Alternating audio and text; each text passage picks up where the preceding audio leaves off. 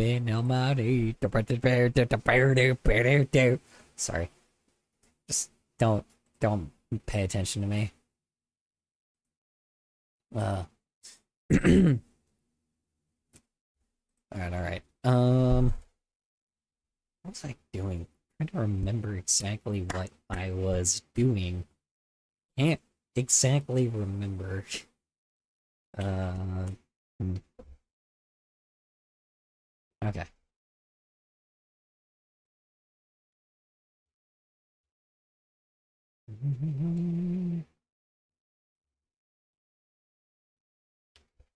Alright, sorry. Starting the chat real quick. Alrighty.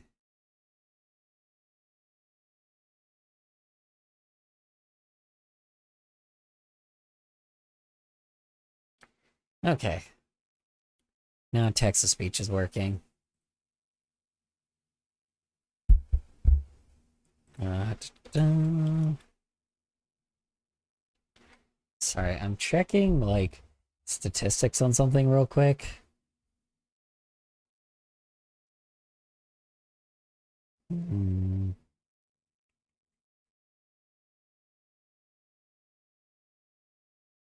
I feel like shit. My health is getting worse, and I might be forced to retire from my hero work. Oh no. I'm sorry about that, man.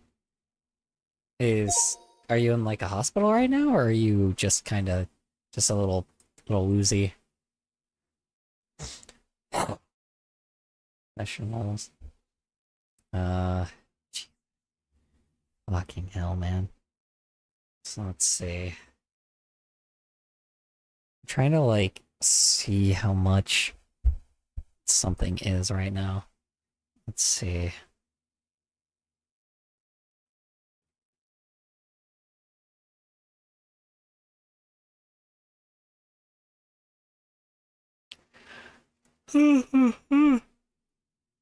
um, I'm sorry. I'm trying to like look at like what exactly is a certain uptick in trends right now because I'm like trying to look at like a certain it's like boring shit, but I'm like trying to read like some statistics on like basically like what the fuck like what will happen with like rent like you know exactly like what will happen with rent in the future.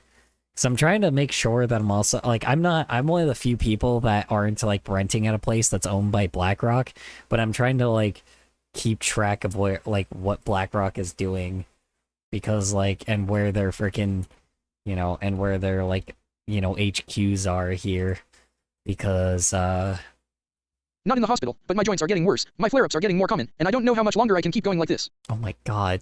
Oh gosh. I hope you'll be okay, man. Honestly. Shit, I gotta notify the Discord. Sorry.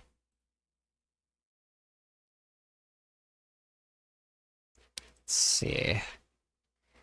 It is near there. Hold on.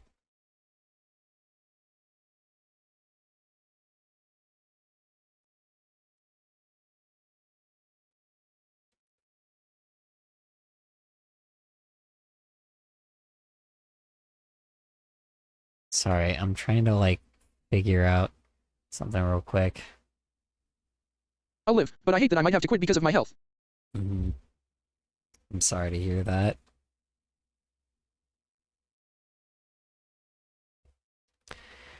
Uh, there is one here. Motherfucker. Let's see. Yeah, it's right there. Of course it is. Motherfucker, dude.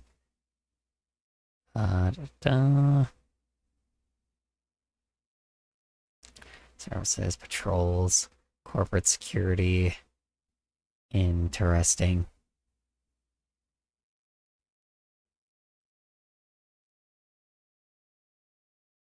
Oh shit.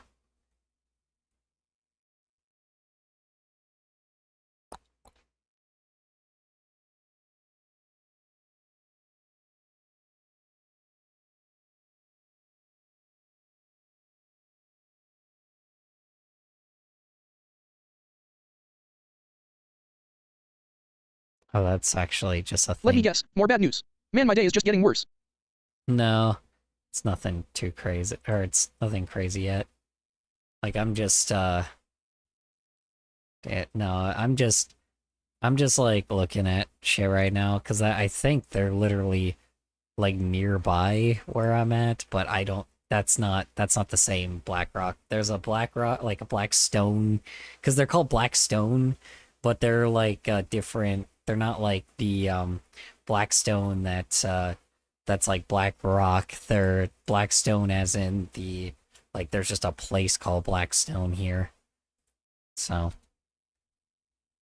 whatever.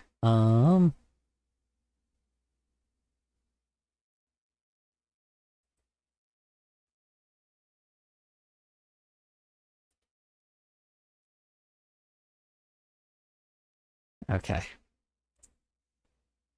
Yeah, I'm just trying to see where the hell they're like, what building, what they own. Because I'm trying to make sure that, like, you know, I don't know. I've been kind of looking at a lot of things right now. Trying to figure out, like, trying to figure out how our leadership can, like, keep them away from us.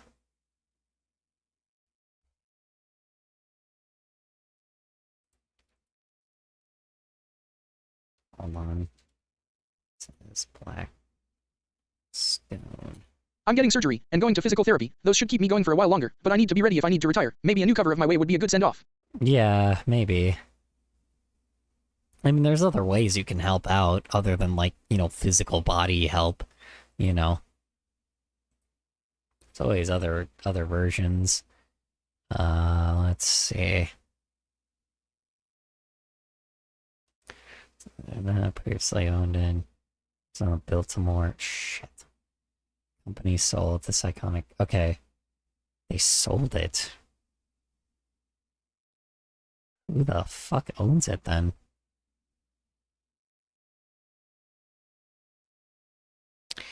This is a different Blackstone. Why are there so many things named Blackstone here? Holy shit. There's so many Blackstone named things here, but they're not the original BlackRock. Like, they're not BlackRock. Like, they're owned by... they're just all... Like, there's so many fucking places. Just... I've been shifting priorities to helping others with equipment, like designing it and giving feedback on what they named already have. Blackstone that aren't even owned... that aren't owned by BlackRock. Which is interesting, because they booked it out of here. Which is interesting. So I'm like, I don't know, man. BlackRock is fucking so sketchy, man. I'm just trying to figure out how to, like, where the fuck they are, or like what place it, like, where the fuck they are here, because every state has them, and I'm trying to make sure that they don't fucking, like, fuck with us, you know. 'Cause it seems like there's certain things that just aren't owned.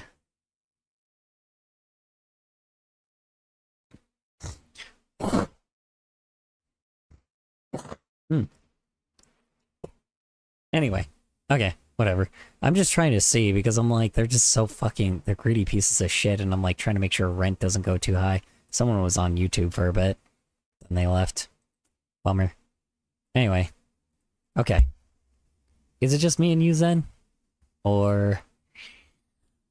Hmm.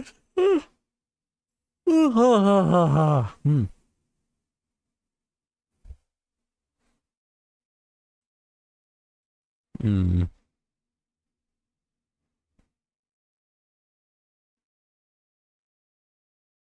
I think it's just us.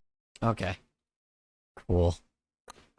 Then I might just put some music in the background and we just talk. Or not. Or I just can have the original thing. Hold on.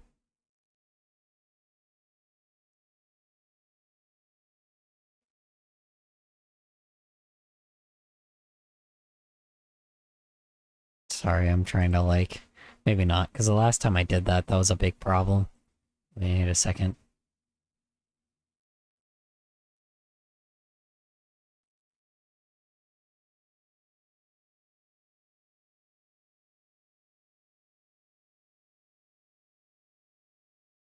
There's so much Tamagotchi shit that I'm getting recommended now. seems weird, but I'm like, I don't know. I don't think everybody would probably be very good with that, but I don't know. It's YouTube. That's the one thing that used to be pretty good, was like all the goofy, like over the top, like custom stuff that happens. Okay.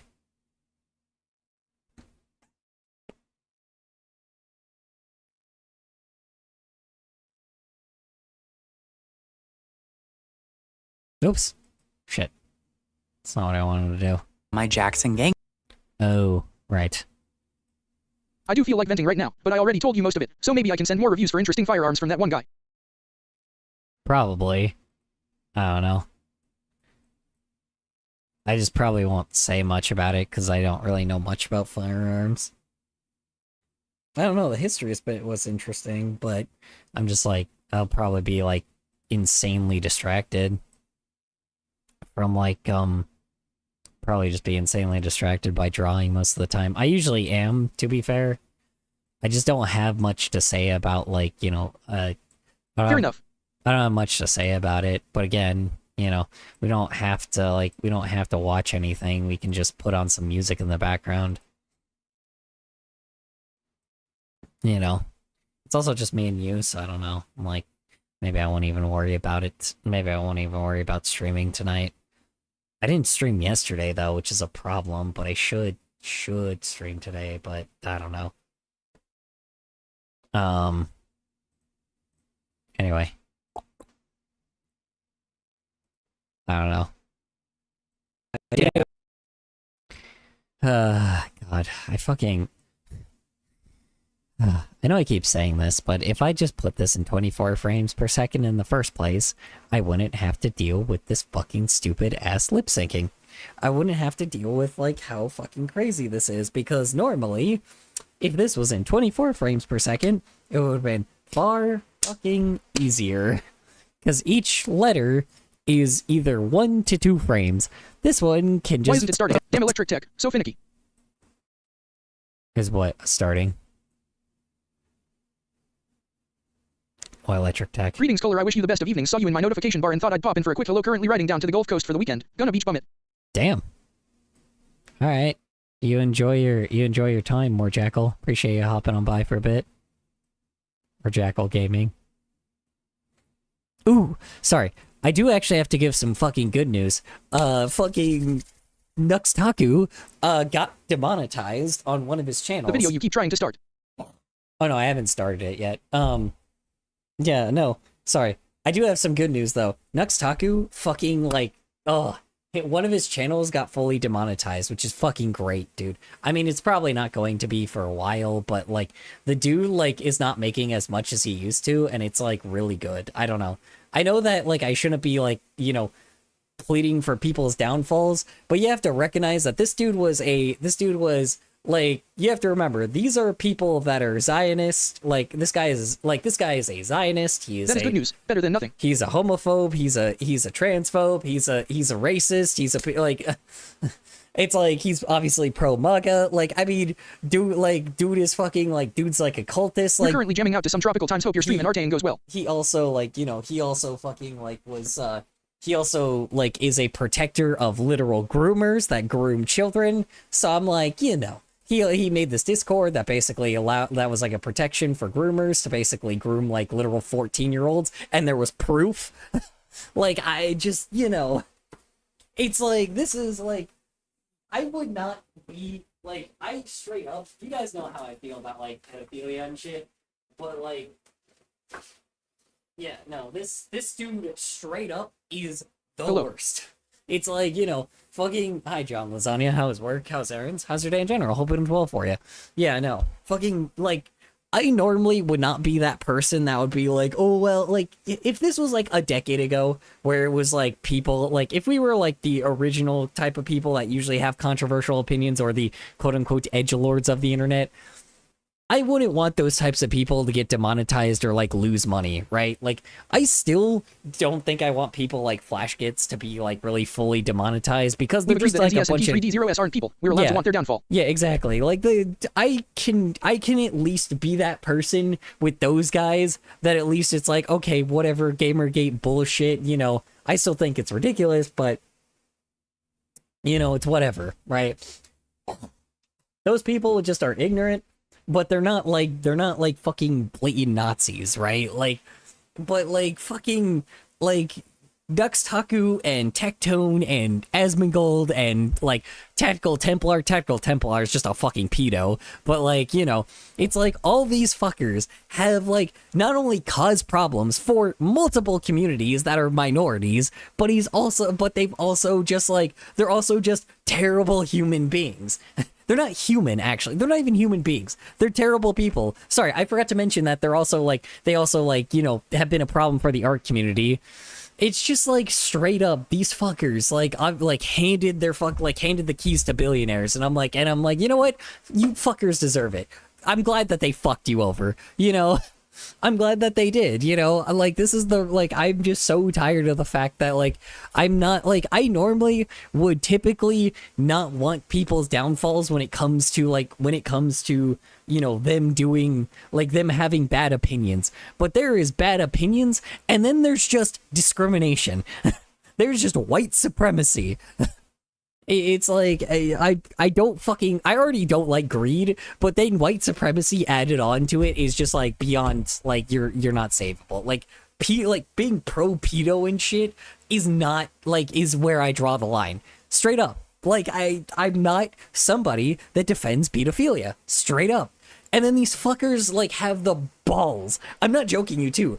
These fuckers have the absolute fucking balls to shit on pedophiles when they are defending I don't usually want people to go hungry, but these things deserve it. I usually don't want people to go hungry. Yeah, exactly, dude. It's like, dude, I know I say this a lot, but it's like, dude, the straight up thing is, by this point, if anyone is pro MAGA, they're not, it's like, whether or not that our fucking leader is a fucking pedophile or not, there is every other person that funded him, like, is either funding him or backing him, have been proven like a pedophile. So, like, it doesn't even fucking matter. It's like they've been proven they're pedophiles, and then for anybody that's not a pedophile, they want to create the fucking Terminator. So it's like, I'm not, like, you do not have any fucking say if you are, like, someone that is a part of that anti-woke Gamergate grift bullshit, right? There's always a reason, exactly. It's like, if you believe the anti-woke Gamergate bullshit, then you are pro-pedo. You are pro-pedo. Like, that is just what is happening now, and I cannot stand for that, because they loved to shit on people that, like, they love to act like fucking, they constantly called trans people pedophiles, and then so many of their fucking people on their side ended up being pedophiles. Sorry. I had to get that out, man. It's like, I'm so tired of this stupid bullshit of acting like there are acting like, you know, pedophiles are not, like, I don't know. I'm just so tired of the fact that they defend these people that are clearly, like, you know, they defend these guys that are clearly like pedophiles. I'm tired of it. I draw the line at pedophilia. I draw the line at children getting hurt, period. So, you know. It's like, I've said that many times, and that is where I draw the line, and they've all done shit like that. So, you know, the only one that's possibly clean is Asmon But even then, again, Asmon literally supports, like, what do you call it? Asmon supports the guy that's being, at the very least... Saying that every accusation is a confession isn't usually something I agree with, but in this case it's true. Oh yeah, 1000%. You know, at the very least, like, very, very minimal least, Asmon straight up, like, you know, Asmon just, like, is defending a guy that was funded, very least funded by pedophiles. You know, not only that, you know, the fucker, like, wanted a fucking purge of, like, an entire city. I had a band concert this afternoon, heh. Also, hello, Color. Hello, how are you doing? Yeah, the dude wanted, like, also a purge of an entire population, which obviously is just a fucking psychopathic thing to say, so. Hold on, I have to restart my phone because my audio broke. Let's see. Yeah, hi, how you doing? Alright. You have, let's see, I had a band concert. How was the band concert, if you don't mind me asking? Okay. Yeah, I forgot we never like actually finished this video because I talked for like fucking like 30 minutes. So I'm like I'm gonna restart it, but we're gonna actually like get through it, so Indie animation is something that I've become utterly fascinated by within the last few months. It feels like a massive spit in the face to corporations that have been laying I've off already given my employees en opinion on masse to that. utilize AI in their work rather than a real human. Indie animation Here, I'll gives small speed it creators up a the ability little. to At least turn from their my point ideas of into view. reality, creating something that can change not only their lives glad but to the hear. audience who watches it. Art is, at its core, human expression. That's why pictures and videos that AI creates are not actually considered art. They don't possess the soul, the human soul, to be art. And major corporations involving themselves in that is by definition the antithesis of art. But the point is, indie creators working to create their shows without involving massive corporations to have control over their form of expression is objectively a good thing. It's allowing creators to do what they do best: create. To With be this, fair, we've got an okay. incredible. To be fair, I never got to actually get to this point. YouTube is still a corporation.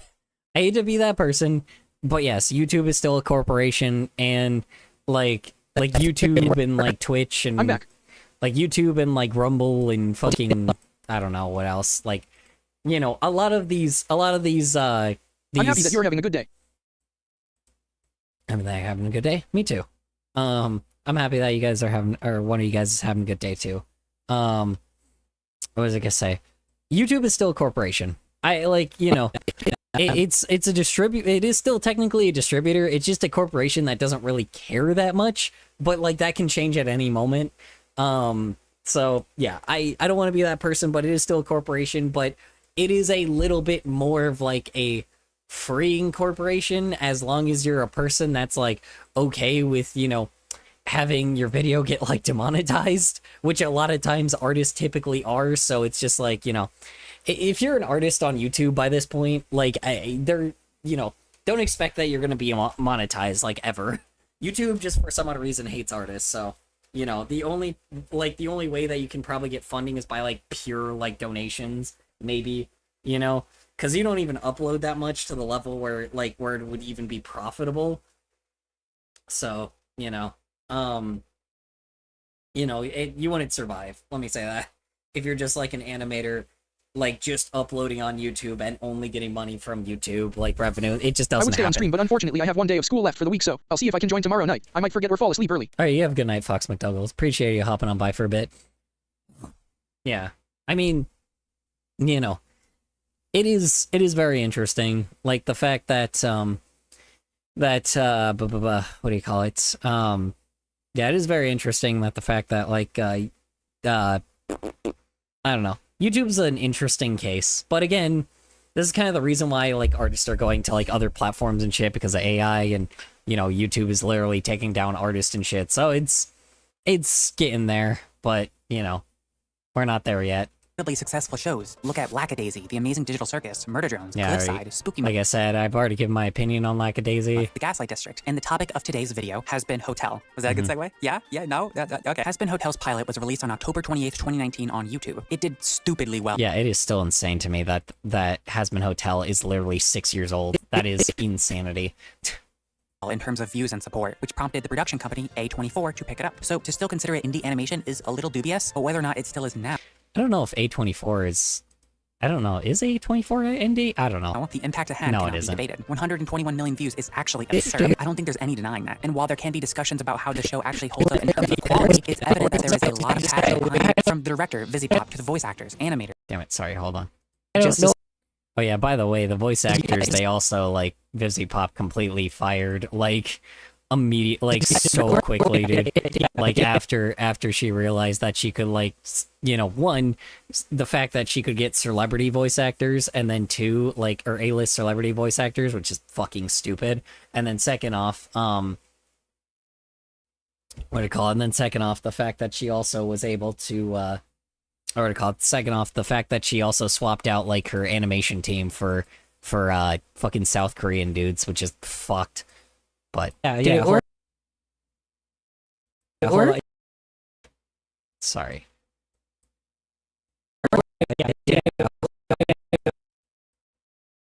I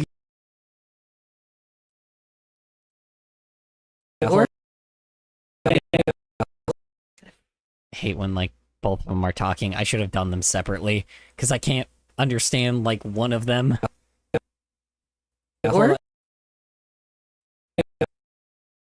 creators, producers, etc., etc. And keeping this idea in mind is what led me to take the direction I am taking Sorry, one sec. Hold on, you just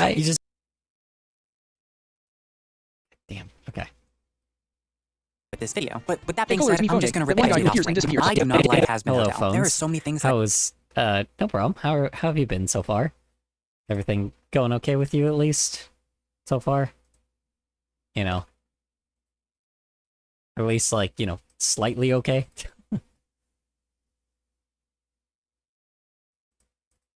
I just, you know, I know that one day we were talking, I know that you know, I know that what do I call it? I didn't really handle it the best way, and I apologize for that. I didn't really have much to say. I really like know exactly how to handle that situation. I'm sorry.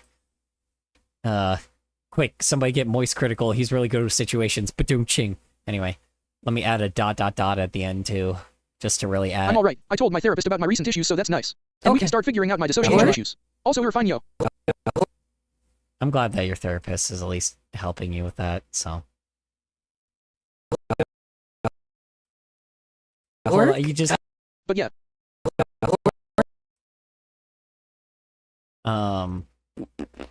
Okay. I'm glad to hear that, Phones. Honestly, I'm glad to hear that you're getting help with that. Start figuring out my dissociation issues. Cool. I'm glad to hear it. that I fundamentally Honestly. dislike about it, to the point where I felt like making a video was the best way I could get it all off my chest.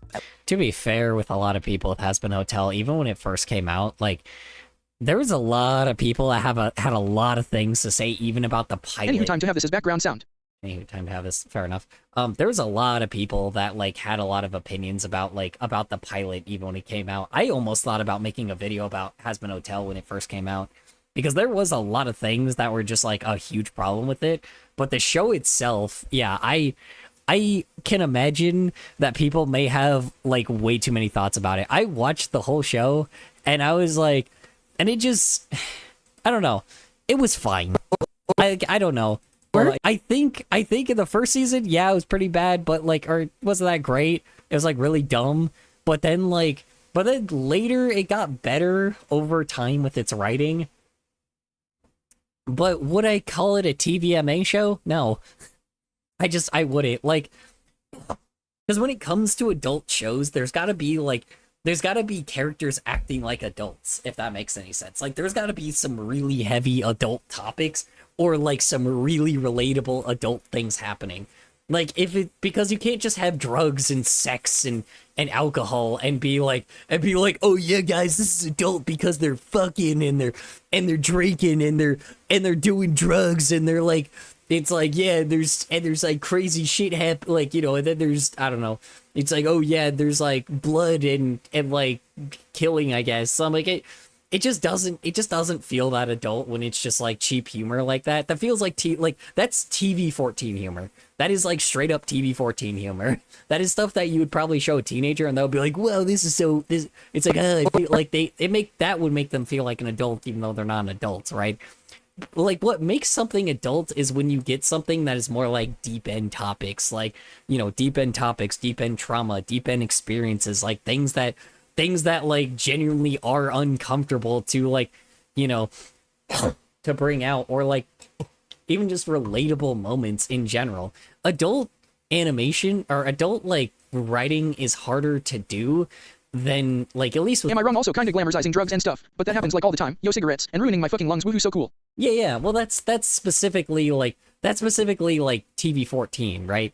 Like drugs and alcohol and cigarettes and vapes and fucking doing all drugs and like sex and shit. Like, that's, you know, violence and sex and, you know, violence and sex and something on TV. I can't remember what the other part was. Violence and movies and sex on TV, you know. It's like, it's literally Sex on TV. Yeah, all that shit was such a joke Yeah. that's what Family Guy originally based themselves off of, was because it was basically all the same shit. This is why, like, adult animation, like even Fiona and Cake is still more adults than I would say that Hazbin Hotel is. Hazbin Hotel is very TV-14. Even Fiona and Cake, I feel like, is way more adults than freaking Hazbin Hotel is. And I'm not saying, like, you know, it's I'm not saying that necessarily like fantastical things can't be like adult, but like you gotta have like characters that just are fuck ups. Like I like, and not just fuck ups as in, oh, they're fuck ups because they're like, typical. Like you gotta have like a fuck up that typically like is followed and like is bad at being like In an general, I think adult. Adventure Time is I really don't know. good, but I'm biased. Well, I'm not talking about just like Adventure Time. Sure, yeah.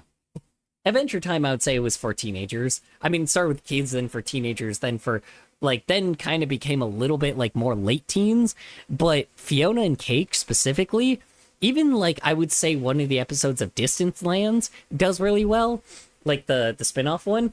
And then there's Fiona and Cake, which the second season of Fiona and Cake, the first season is, I guess, fine, but the second season is really fucking adult, dude. It's super adult, and I really like it.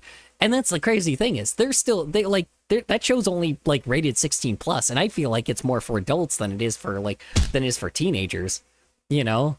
So, like, I'm just saying, sorry, there's watermelon in my face. Let me just,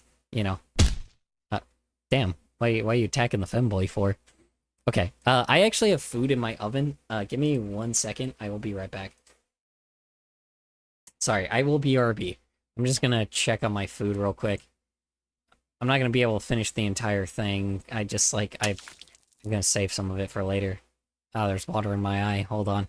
Let me just wait for that to fade away. Okay, hold on. I'll be right back. I promise. I'm sorry.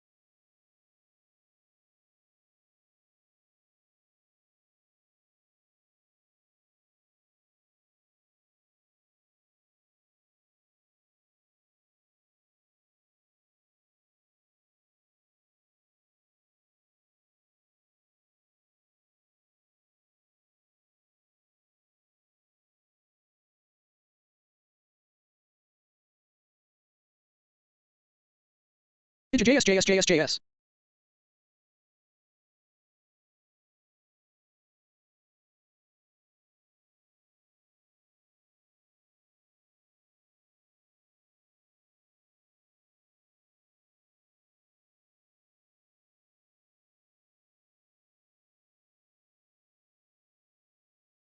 Wait, then which one's pork?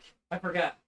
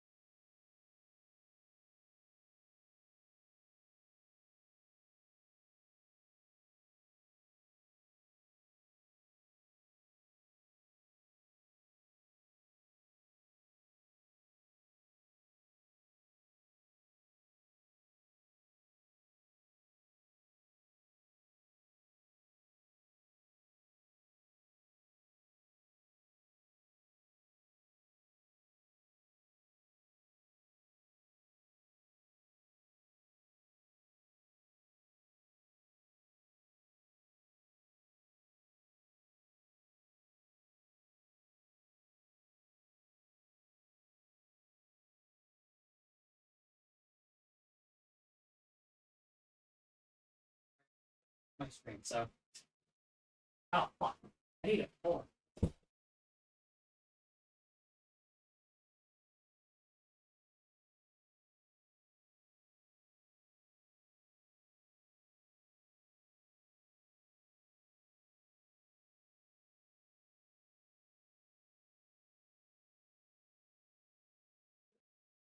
What's gonna get in there? Okay. Anyway, meanwhile, while my freaking what do you call it?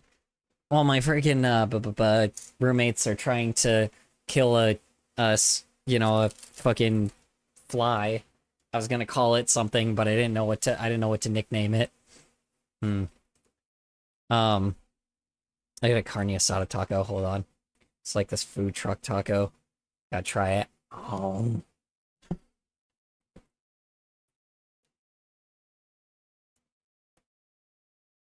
He's back. That's tasty. Mm. Mm. Mm. Oh, so good. Oh. OMG, I'm so hungry.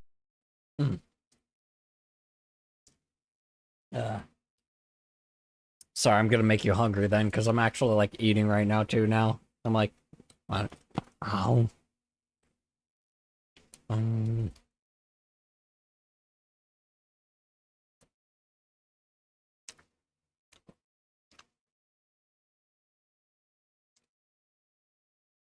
I had like 2 string cheese and a banana.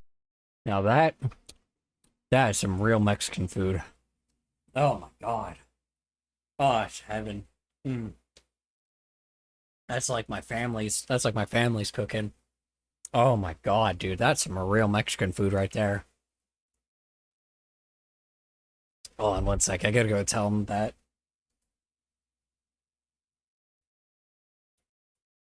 Yeah, now that's some real Mexican food right there.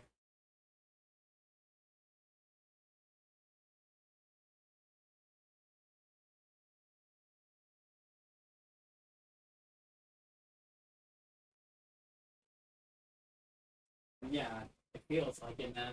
Tastes like my family's cooking. Like my outer family, not my like, parents and shit.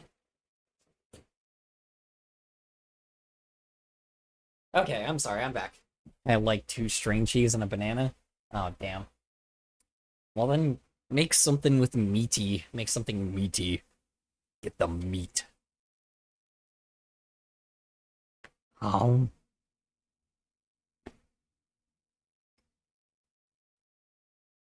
Mm. Mm. Mm. Mm. Mm. Mm. Mm. Mm. Mm. Mm. Mm. Mm. Holy fuck. Oh. God, that's good. Mmm. That's some real Mexican food right there. Oh. God, it tastes straight from, like, heaven. Alright, anyway. At least most of it. I actually originally didn't even plan on watching Has Been when I did. I had heard a lot of bad things about it, so I kept the show in the back of my mind to take a look at it a lot later. But one of the same friends who had convinced me to watch The Amazing Digital Circus had convinced me and our other friend to also check out Has Been Hotel. Now, considering how much I like Digital Circus, I tried to go into Vizzy Pop's work with an open mind. Maybe not incredibly open, but enough to give the show a bit of grace that I didn't give Digital Circus originally. And the results of that were, suffice to say, not great. So much so that we got around the midpoint of episode 4 before calling it quits. And I personally didn't return to the show for quite some time. It was actually around the time I started on my Jackson Gangle script that I decided to give Has Been Hotel another chance, in which I binge watched the entire first season. And then a week later, that same friend who had introduced me to the show was interested in checking out season 2. I needed to as well, so we watched it together, and we finished episode 5 and had to stop. We both weren't particularly big fans of how it was turning out, but later I powered through it so I could accurately form an opinion on it. And yeah, no, my opinion did not change. I still hated the show. However, I will say there was actually quite a bit that I did enjoy about Has Been Hotel, regardless of my overall negative impression of it. So much so that for this video, Yeah, I mean, the first season was, like, again, like, it really wrapped up things too quickly. How do I say this? I really think it is kind of stupid that Vox was, like, the main villain, like, in season 2, when they were building up, freaking, what do you call it? When they were building up, what's his name? The fucking Radiohead. When they were building up Radiohead so much, like he actually he seemed like he was actually gonna be genuinely like a really cool badass like really badass motherfucker. He was gonna be awesome. And I like, don't get me wrong, I think in the third season they might actually have him still be that, but I don't know. I was just kind of expecting like something crazy with him, but I mean, I don't know. Anyway, moving on. What the fuck?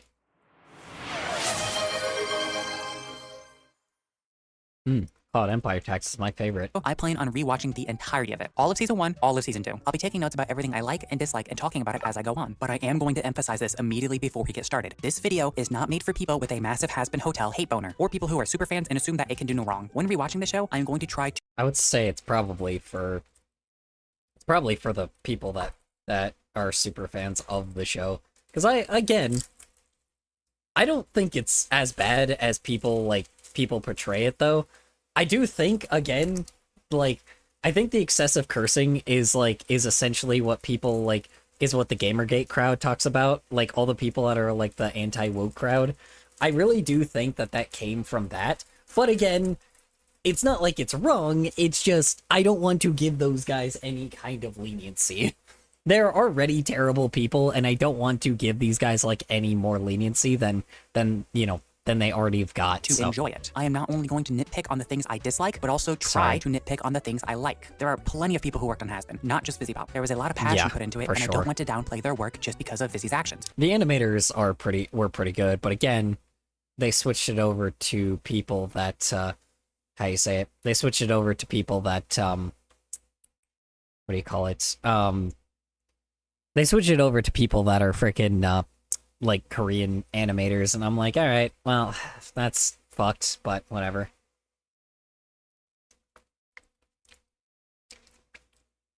And speaking of which, I know very little, if anything, really about VisiPop. She has a picture with Baby No Money. I know that at least, but I don't really know. Ew.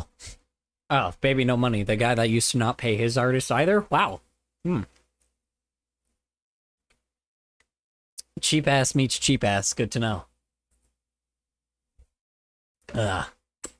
Only more reason to not like Know Vizzy. any of the controversies she's gotten herself into. And for the sake of this video and its premise, I do not plan on looking into it until after. As I said, I'm trying to go into my rewatch with an incredibly open mind, and I don't want any preconceived notion of the director to skew my opinions. Again, VisiPop is not the only person working on Has-Been Hotel. I do not know her past, I do not know her present, and I do not know her personally as an individual. I will look into it, but not until this video is released, or at least in the editing stage. I don't really know yet. So please do not ask me about it. It's not relevant to what I want to go over. Also, just so we're on the same page, I will be watching the Amazon Prime show only. This means I will not be including the YouTube pilots, music videos, or any other outside information that is not contained directly within season 1 and season 2. I was considering watching the pilot for this video, but I don't think it's particularly necessary. I was able to get a decent gist as to what the show is about without it. So for the purpose of this video, I won't be talking about it. Still though, if you want to go check it out, by all means. For this video, I will be going through each episode one by one. The pilot is definitely a little bit, like, you could probably understand the show without having to look at the pilot, to be honest. But...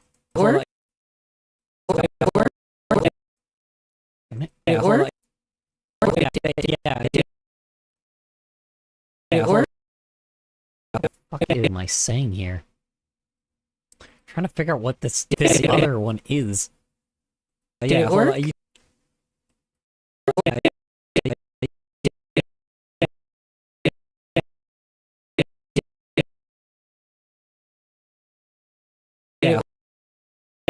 I was saying yeah here. Fuck. Hold on. Doink, doink, doink.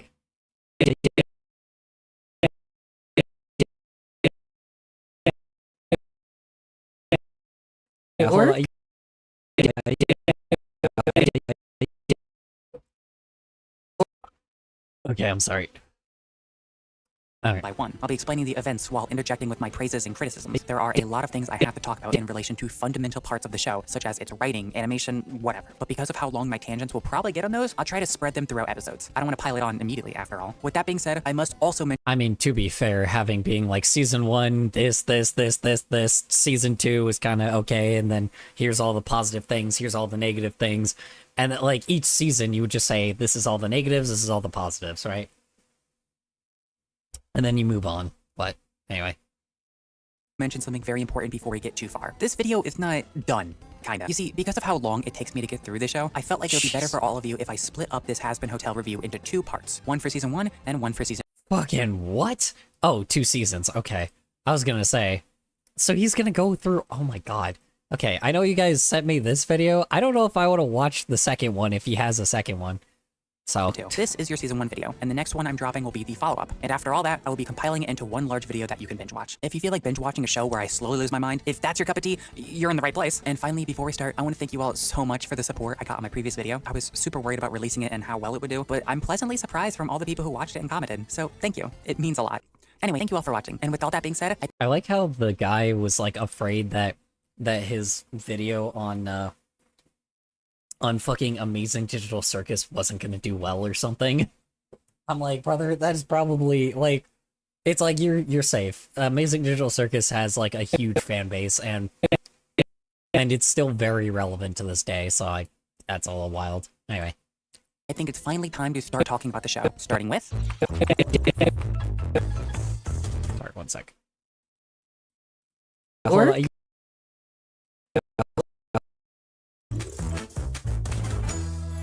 First of all, I want to mention this before we get into anything. Is it just me, or is the Hazbin Hotel logo just really cool? To me, I like to interpret I admit that it is very like stylized. I have said this before, but it is very interesting the fact that how do you say it? It is interesting that it does actually still use like the font from like the actual like hotel itself in the show. And the fact that the intro is like, it's very simple, but it works. Like, it's very, how do I say it? It's a very good introduction to the show. I will at least give that, but I don't know. I like the oozing like hotel part, but still like the bright lights, like it's like a sign. But even the background is still like a actual sign rather than some of them where it's like the whole square is like the actual logo, if it's the logo and that's big blank square. So I do actually appreciate that part, but I've already said this. So also the heart eye, I don't know, the heart eye, even I think the heart eye is Vixian's, I can't remember what her name is, but what's her name's freaking like girlfriend. But anyway, sorry, I'm rambling. these little background images as references to the main characters of the show. The cards for Husk, the spiderwebs for Angel Dust, the cogs for Serpential. Oh, jeez, I didn't even realize that. How did I not catch that? All right, wow.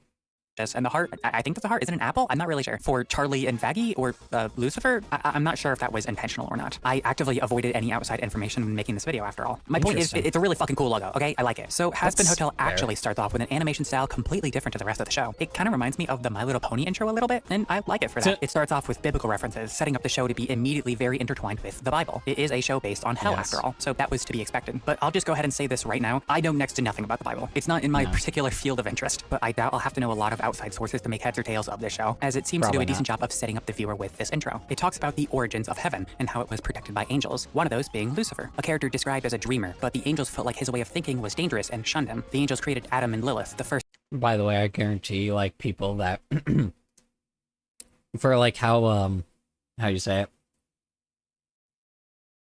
I guarantee a bunch of those like freaking evangelicals probably shit on this outro, like would shit on this intro if they actually like were given the chance. Like, I guarantee they would, even though this is probably like what it says in the Bible. First of mankind. Adam had wanted control from Lilith, but she denied that. What a girl boss, you go girl. Lucifer had found her and the two fell in love. He was a little prankster and gave Adam's new bride the fruit of knowledge. Heaven wasn't so cool with this, as it allowed evil to enter the world. Come on guys, he's just a little guy. Give him some slack. He just really likes ducks. Don't think too hard about it. Lucifer and Lilith were sent down to hell for their actions, and Lucy Luce lost his will to dream, whilst Lilith found purpose in the sinners with her speeches, inspiring them to take action. Heaven didn't like that idea, and their completely normal and healthy response was to commit mass extermination. Despite this, Lilith still had hope and passed that down to her daughter, Charlie Morningstar, the protagonist of Hazbin Hotel, which leads us to the actual show in animation style. I'll touch on this specific topic a bit later during the episode, but for now, let's stick mostly to plot. Vaggie, Charlie's girlfriend, interrupts her during an extermination and asks if she had heard from her mom yet. And I guess I should probably start with the first episode, but again, I think that honestly, like maybe the how do you say it? I would say maybe in the original show, like freaking I don't know. I'd say in the original show, it is very interesting that they frame like her mom as like the bad guy, but like, but the the father is a good guy with that specific intro as well. But I guess he's probably gonna bring in that. Charlie reveals that it has been 7 years since she reached out. This is actually a line I used to get pretty upset about when I first watched it, as I felt like Vaggie worded it in such a way that made it feel a lot more recent than 7 years, and therefore unnatural. But it doesn't bother me as much as it used to. It's fine. It's such a small nitpick that I can get over when looking at it in good faith, but I do think some different wording could have made it sound a lot smoother and more natural. It's kind of hard to explain, but it's not a big deal at all. After this, Vaggie and Charlie go downstairs to watch a commercial that Alistair, the host of the hotel, an overlord, and the radio demon, he has a lot of titles, created to promote Charlie's hotel. Again, this was a scene that I was super annoyed about when I first watched it, from Alistair's piss boy attitude and certain lines feeling corny, but I actually find this kind of funny now. The daddy issues line got me pretty good. It also does a great job at exposition, and He also is, you know, his whole thing is like a typical 1920s, like, roaring 20s shtick. Or 1950s? I can't remember. But, you know, radio. I mean, to be fair, it works. It works. Even though I think the black and white filter, like, goofy thing, like, intro would have probably worked too, but, eh. It's fine. They did something more creative, which is fair. in terms of Charlie's goals in a way that doesn't feel forced. Anyways, Sorry, one sec. Did it hold work? on. Did it hold work? on. Did Yeah, it hold work? regardless of that, Charlie and Vaggie think the commercial sucks because, surprise, surprise, insulting something constantly isn't a great marketing strategy, no matter how much Duolingo tries to convince you it is. Angel Dust offers to shoot an adults film for the hotel with Alistair. And I gotta say, I forgot how insufferable Angel was early on. I will talk about this a lot more in episode 4, but for the longest time, he was my least favorite character of the entire show. And now I'm being reminded of why. We will talk about Angel more later, so don't forget him. And please— I mean, it's ironic too, because it is very interesting, because I don't know. I didn't feel that way at the start, but he definitely was like, they definitely were trying to like hammer in all the sex jokes with him, but they knew their audience, and I assumed at the time that Angel Dust, like the reason why they wrote Angel Dust the way that they did was simply because they would make it, that was like making fun of their audience, which is fair, because their audience would genuinely make jokes like Angel Dust and act like Angel Dust. It just, like, obviously when they try to flesh him out into a character later, that makes it a problem, but then it's like, but then you kind of like, it gets there eventually. But again, I don't know. Please don't Anyway. get too upset at me for bitching about him before we really get into his character. Just trust me. Angel inquires as to why Alistair can't force people to stay at the hotel, and Husk, the bartender, reveals that he's being forced to stay. Sorry, trusting a content creator. Nah, never. Anyway, sorry, just jokes. Which the show elaborates on later, but for now we can look past this. What we can't look past, however, is his design. Sorry, one sec. Or- You just, Or-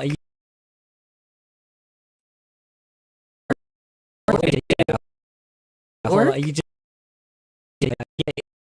yeah, Did it hold work? on, you just,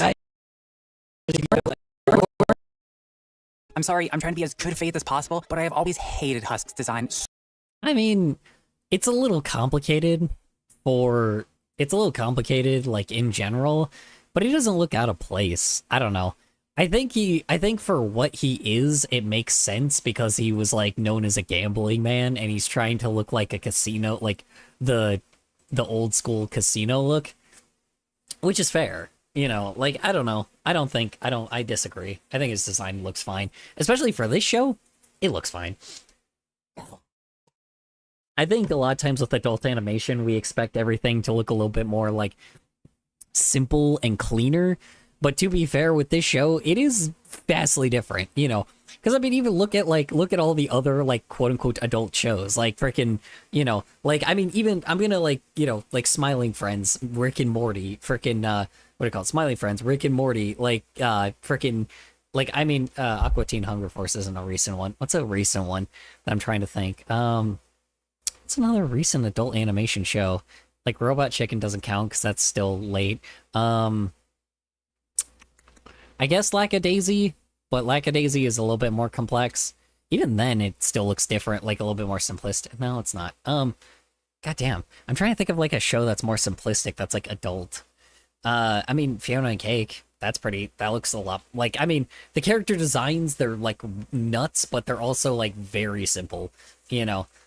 I don't know. it's like there's a lot of shows that tend to be more like more simplistic in design, so people just aren't used to seeing like, you know, in your face color like this all the time, which is 1000% fair. And having just red with another interacting with other red is like nuts. There's a lot of red in this show, but they're in hell too.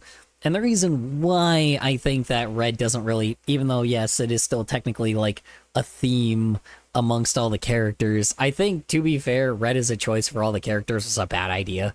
So, So much. It's so over the top that I can't imagine but yeah, I mean, that's just everyone's design. the animators having a lot of fun with this guy. They make the design feel super OC level, like Vizibop designed a fan-made OC of her own Nah. That's just not true. I mean, he is a little complex, but I don't know, isn't he like a demon? He's like an overlord. So like, it's the reason why he looks a little complex compared to all the other characters. You know, just saying. But who knows? own show. The wings feel unnecessary, tacked on, and he would look a lot more natural without them. Additionally, I'm not a big fan of the heart-shaped eyebrow things over his eyes. They also feel unnecessary and just make animators' lives a little bit worse. It's not a massive deal, but I think it could have been a little better without them. Of course, I am not a super in-depth artist myself, so perhaps I'm talking out of my ass here. And since we're on the topic of designs, let's just get a few more out of the way. First of all, I love Charlie's design. It's a very simple look that I think actually works wonders for who she is as a character. It boasts confidence while also I being agree. simple enough to be memorable and a perfect mascot. It's probably my favorite design in the whole show. They did a really good job with her. But on the other hand, I'm not a big fan of Vaggy's design. The X over one eye feels super OC coded, and I use that in a negative connotation. I understand the lore behind it, but it feels a little too edgy for my design. Yeah. The X over I agree with that. I thought the X was, I'm not going to lie, I thought the X was like completely like irrelevant. The fact that they made a lore reason on why she has an X over her fucking eye is so dumb. I am not going to lie. I think it is really fucking stupid that they drew like the whole time throughout this show. I was like, okay, the X is really dumb, but there's probably like, you know, the X is really dumb, but like it's whatever, right? I could get over it. I've seen a lot of shows that have had like these OC looking characters, but again, I think the fact that like that after I realized that the reason why her like why she has an X over her eye isn't just like a character design thing, it's because she doesn't have it's because her eye was cut off. Like, you know what would have been better? Like, you notice how like she had hair? I'm gonna be completely honest.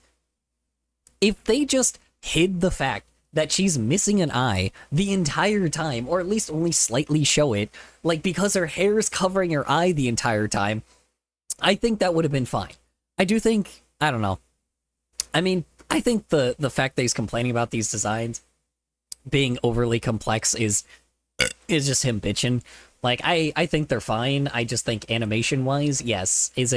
Does it work? No, but like, is it fun to animate, or is it like decent to animate? Fuck no.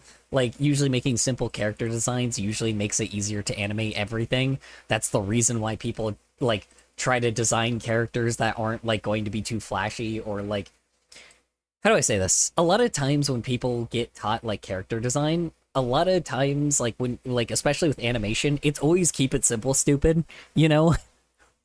It's keep it as simple as possible, because usually you want the character to be able to move around like very expressively around like the whole background, and let the background like do some of like the work, right? Like you have like it's the reason why with my character he's short, like he may have like, you know, his hair may change, or like certain things that like his eyes may be a little different, but again, I'm trying to still keep him as simple as possible to make sure that I can move him as accurately as possible. Does he look very OC coded? Sure. But again, like I'm trying to make sure his whole design can actually be very like I don't know. It doesn't like distract you from too much. I know he's rainbow, but again, I don't know. It works for what it is.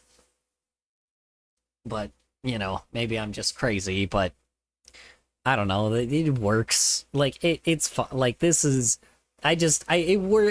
it's different, right? And I think that's okay. I think it's okay to see more complex characters that clearly have like insane animation problem, like that have way too much like, you know, animation that you have to put into something. I think that's okay. I just think it's a little much, over one eye feels super OC coded, and I use that in a negative connotation. I understand the lore behind it, but it feels a little too edgy for my liking. I also think the show tries hard to make her seem I think the fact that she has like, I think the fact that she lost an eye because she was like a fallen angel, I think that works, honestly. You just,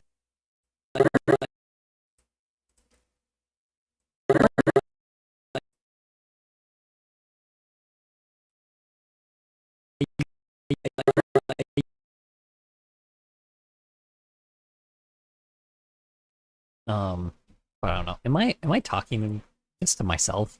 Did everybody leave? I just realized. I think phones is in the background, but is that it? Is that it? Might I'm just... still here. Okay, cool. I don't know. Nobody said anything, so I'm like, okay. Cool. I forgot I made phones a VIP. Oh, and Zen's still here. Okay. Alright then. I almost was about to just end stream. I was like, alright. I'm also still here. Okay, cool, cool. Alright then. Sorry, I know that probably a lot of y'all aren't... I don't know, someone sent me this video, like, in the Discord, but I don't exactly... Oh, wait, hold on, sorry. There was actually something I wanted to fucking, like... This shit was really fucking cool. I'm just working on some stuff while I listen. Was it this one? Hold on. Sorry, there was some new music. No, it wasn't that one. This one's pretty cool though, I guess. Yay. Hold on, sorry. I actually do want to listen to music real quick, sorry. This actually really piqued my... I can't remember which one it was. One of these piqued my interest. I just like listening to Pasta's music, so...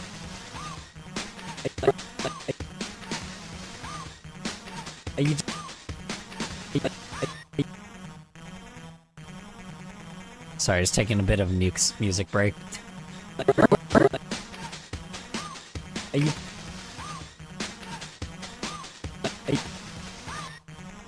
You just... excuse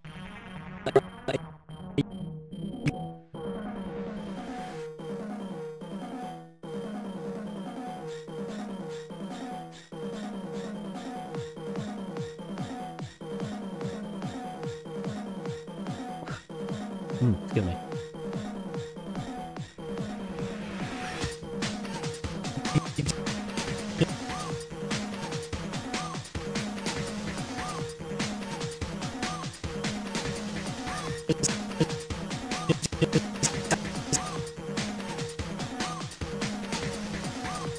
I don't think this is the right one, but that's okay.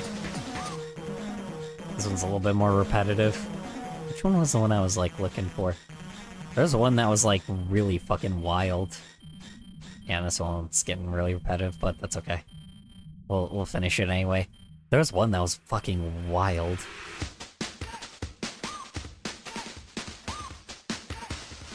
This one feels like it's, like, supposed to be a part of, like, a game. Feels like very Friday Night Funkin' coded, especially.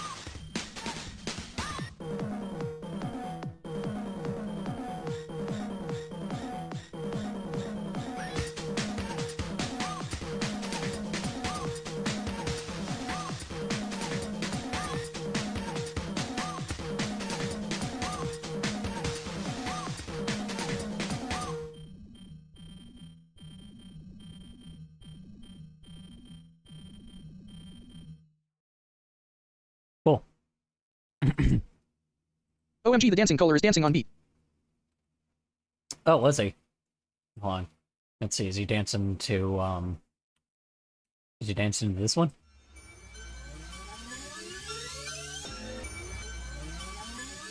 Not really.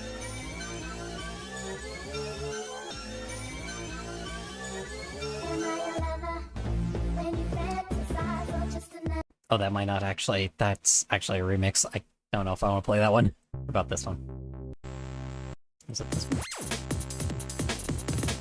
Which one was it? There was one that was, like, really wild. Was it this one? This one just sounds sick.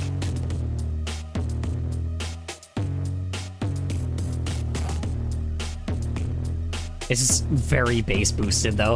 I feel like the bass boostiness needs to be lowered a Wait, I little have an bit. updated version. Yeah, this one just, like, sounds, like, sick as hell, dude. I totally want to use that. God damn it. Fucking ad. Whatever.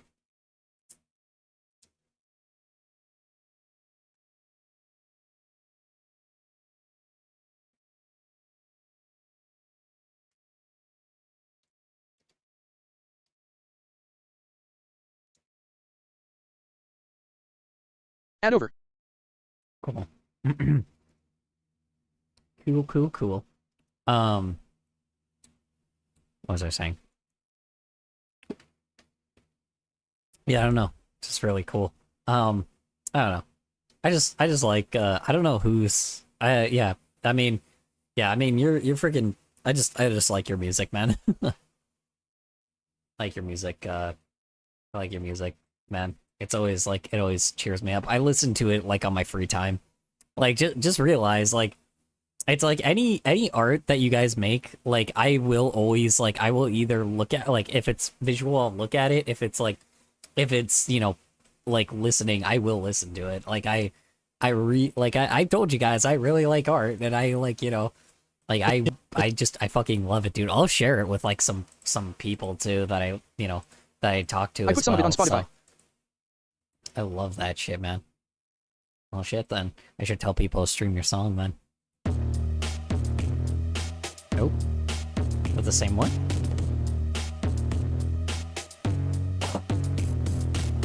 I think that's the same one. Hold on. Let's see. Is it the same one?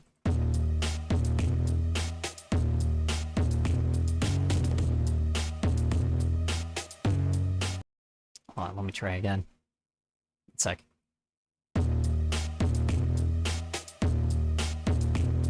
Hold on, let me just, you know, I just really, you know, just gotta really like, you know, clarify that this is the same song. Hold on, you know. Hold on, chat. You guys gotta help me out here 1 second. Hold on. Let me just you know, one moment. Let me just try again. Hold on. Let me just see oop, hold on. Where was it? You know, hold on. I just gotta like really get a second opinion on this, you know. You know, I don't know. You know, do you guys I don't know. This one's kind of a rough one. We gotta go back to the other one real quick. Hold on. Let me just let's see. I'm not sure if that's entirely true, you know. Hold on, wait. Wait. You know that? Okay, there's that one. Hold on, let me try again. Let me just, okay, all right. I think, you know, maybe it could be, you know, it's really hard to tell. Hold on, let me try that other one again one more time. 1 second, you know, hold on. Okay, okay. You know, yeah, damn, you know, darn. You know, I mean, you know, it might be. Hold on, one more time. Sorry, I just gotta really clarify real quick. Okay, all right, you know, all right. Sorry, I think they're the same songs. Let me just.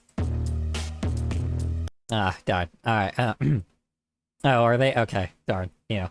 Sorry, hold on. Are you sure? Let me just try this one more. You know, let me just compare real quick again. Hold on. Let me just compare real fast again. Hold on.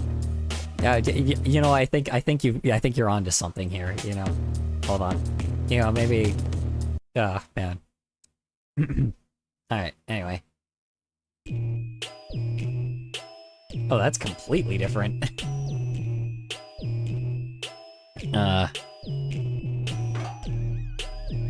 That's a lot better though. It's not like heavily bass boosted though, you know. You know, hold on, let me try that other one more time. Okay, you know. You know what, yeah, I mean, you know, hold on, let me just, you know, let me just get real, okay, alright. The point is that it's supposed to be really bass boosted. I know, I was making a joke. I know. I'm just fucking with you.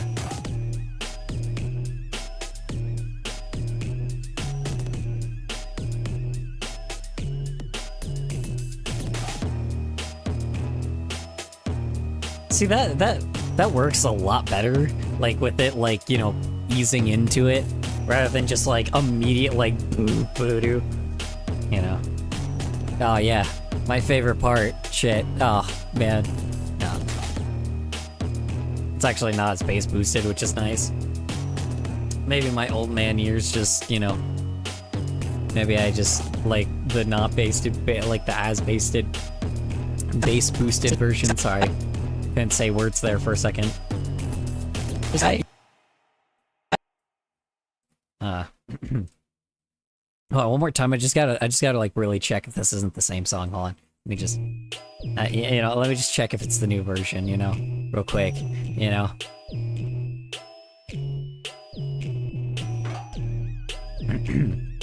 just gotta be sure, I hate ads gen. Wait, what? Ads played? I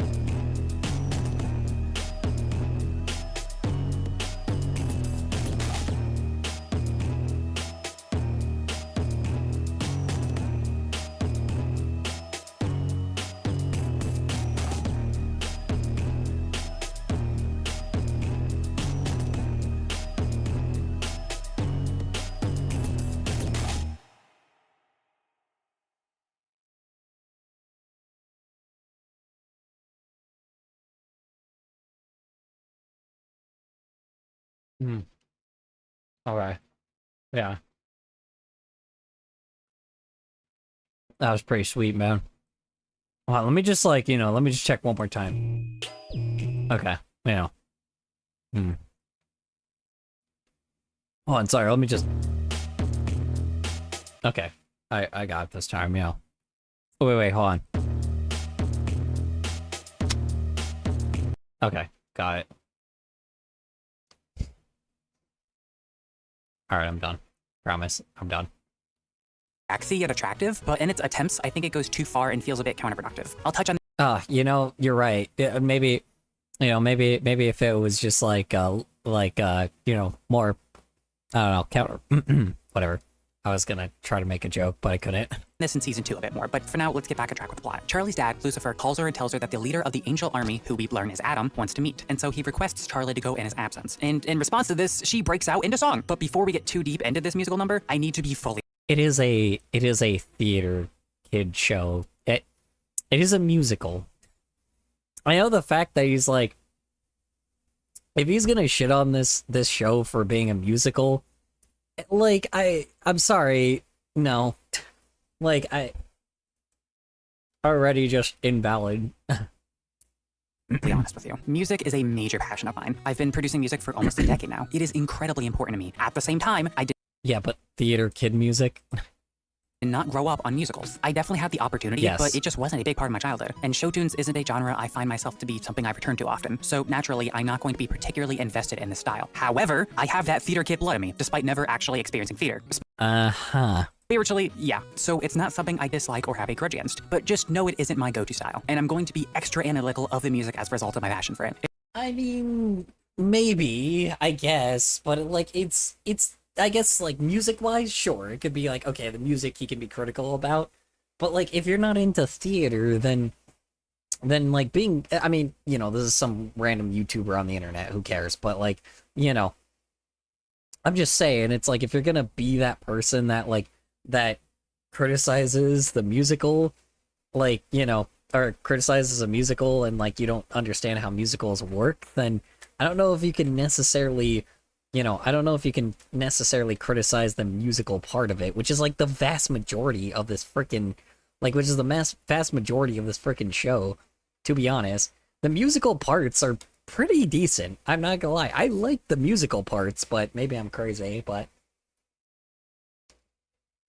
they can be a little wild, but the songs are pretty good. I like them.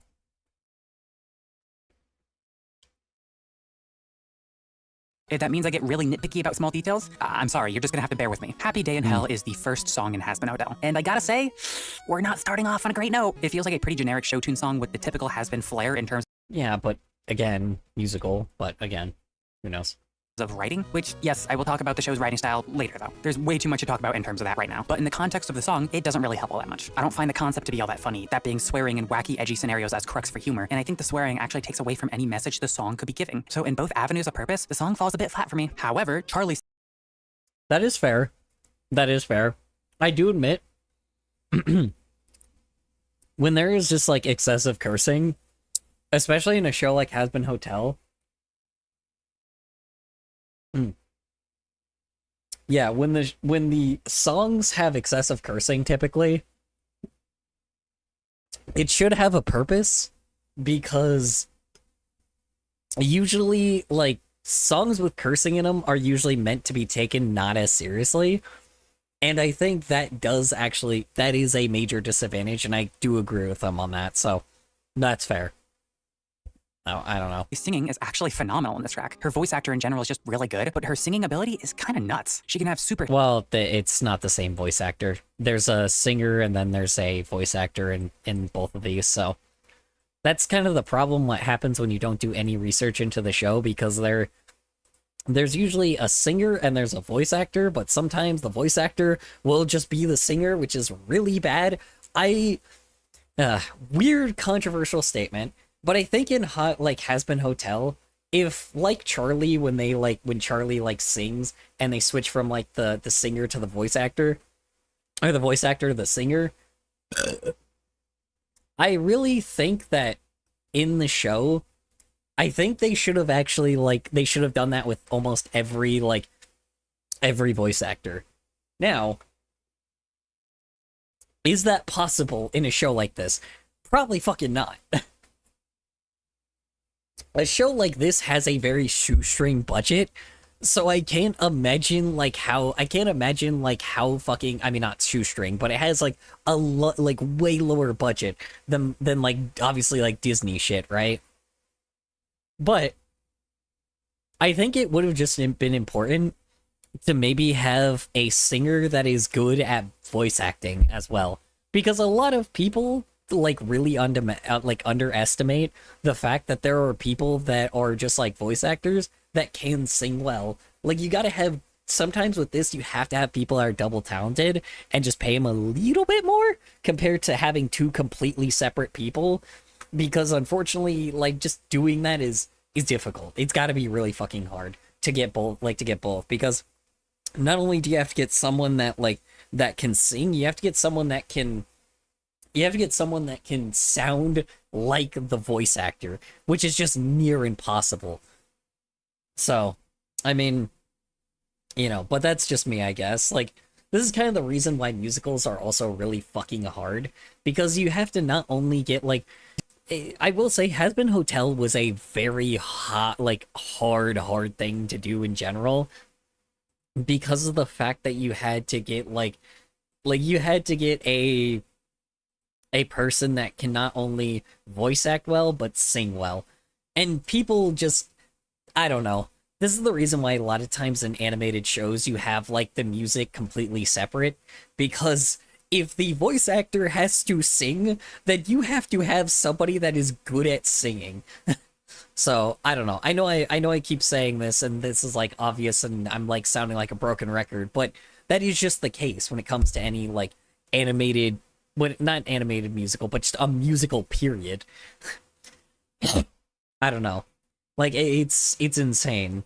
So, I'd rather, like I said, this is kind of the reason why, artists will tend to, have music be, they'll have, music be, a background thing, or, a thing happening, on scene, rather, and have, someone else singing, while something's going on in the show, rather than, what do I call it, rather than fucking, the character singing, because Jesus Christ, you're insane if you think that like that kind of, but like you think you're insane if you think like that won't just like increase the budget significantly. satisfying notes and show a lot of character in her lines. If I turn my brain off in terms of lyrical content, I could definitely get behind the sound of the song pretty easily. The track then Yeah. switches up to a much more swing-inspired section that, honestly, I really enjoy. Erica Henningsen, Charlie's voice actor, sounds like we she's go. having a blast recording her lines, and it really translates well into the music. It's my favorite part of the song. Pretty well done. On the flip side, I'm not crazy about how it closes out. It feels a bit generic and kind of tacked on. Also, this guy, gross. And finally, the last line kind of ruined the vibe I had. Not crazy about how it closes out. It feels a bit generic and kind of tacked on. Also, this guy, Okay. I mean, they're in hell and it's a slug.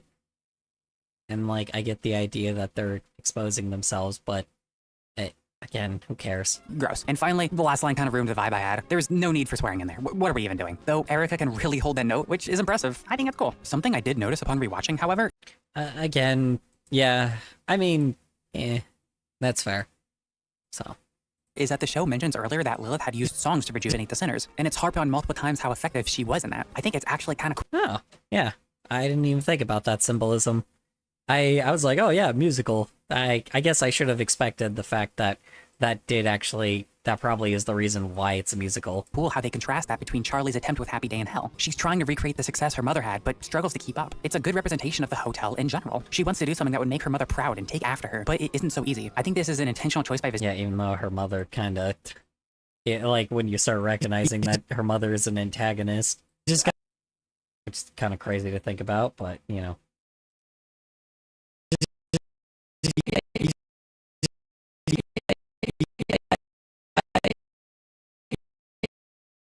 Oh shit. There's a pause here. God damn it, dude.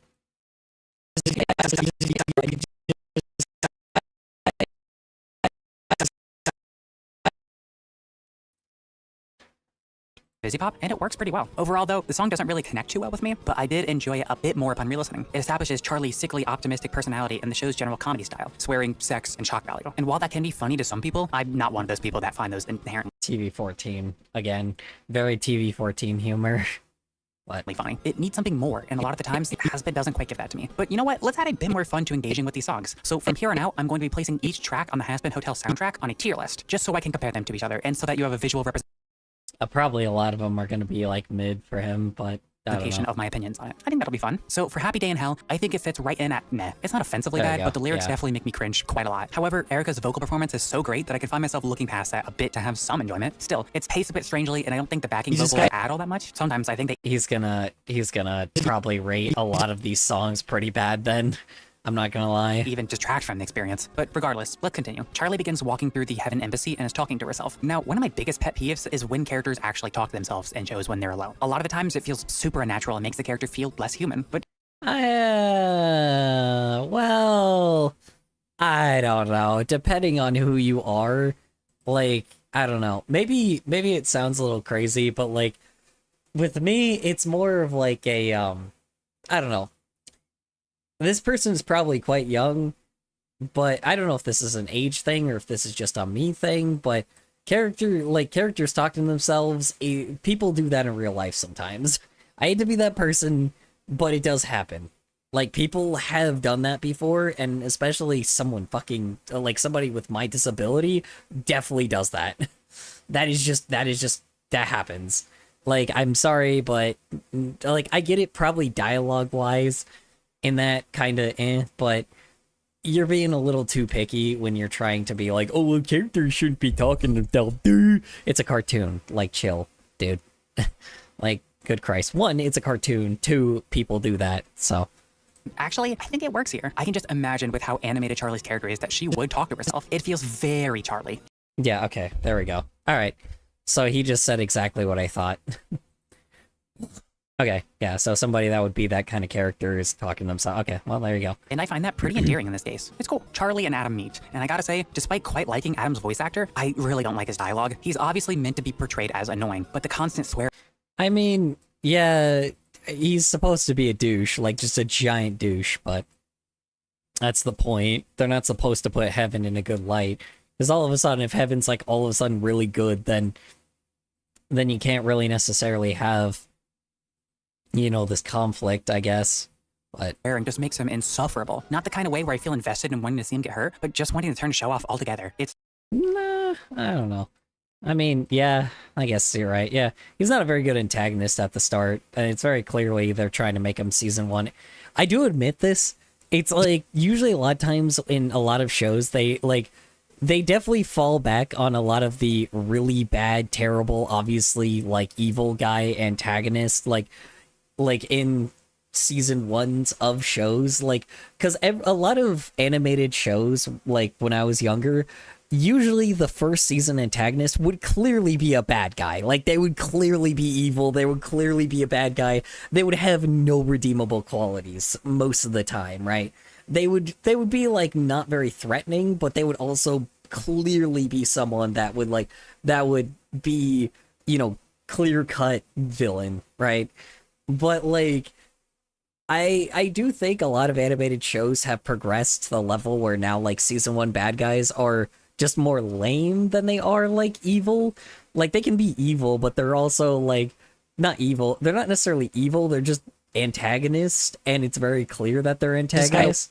Like, and they're very clearly like working under someone kind of thing, and I think that works a lot better than just like evil bad guy and then you have to kill, like, because every time when I was younger you had to like the bad guy had to be killed, like they had to be like killed or like defeated in some way to the level where they were just like very clearly somebody that, not even killed, but I guess like they had to be dealt with and then never had any redeemable qualities. It's nice to actually have like villains that get like, or antagonists that get redeemable qualities later, So I don't know, maybe it's crazy, but you do start getting more complex villains, and then you get like, but then what's always nice is when you start with like these very non-threatening villain. There we go, non-threatening villains. That's what I mean.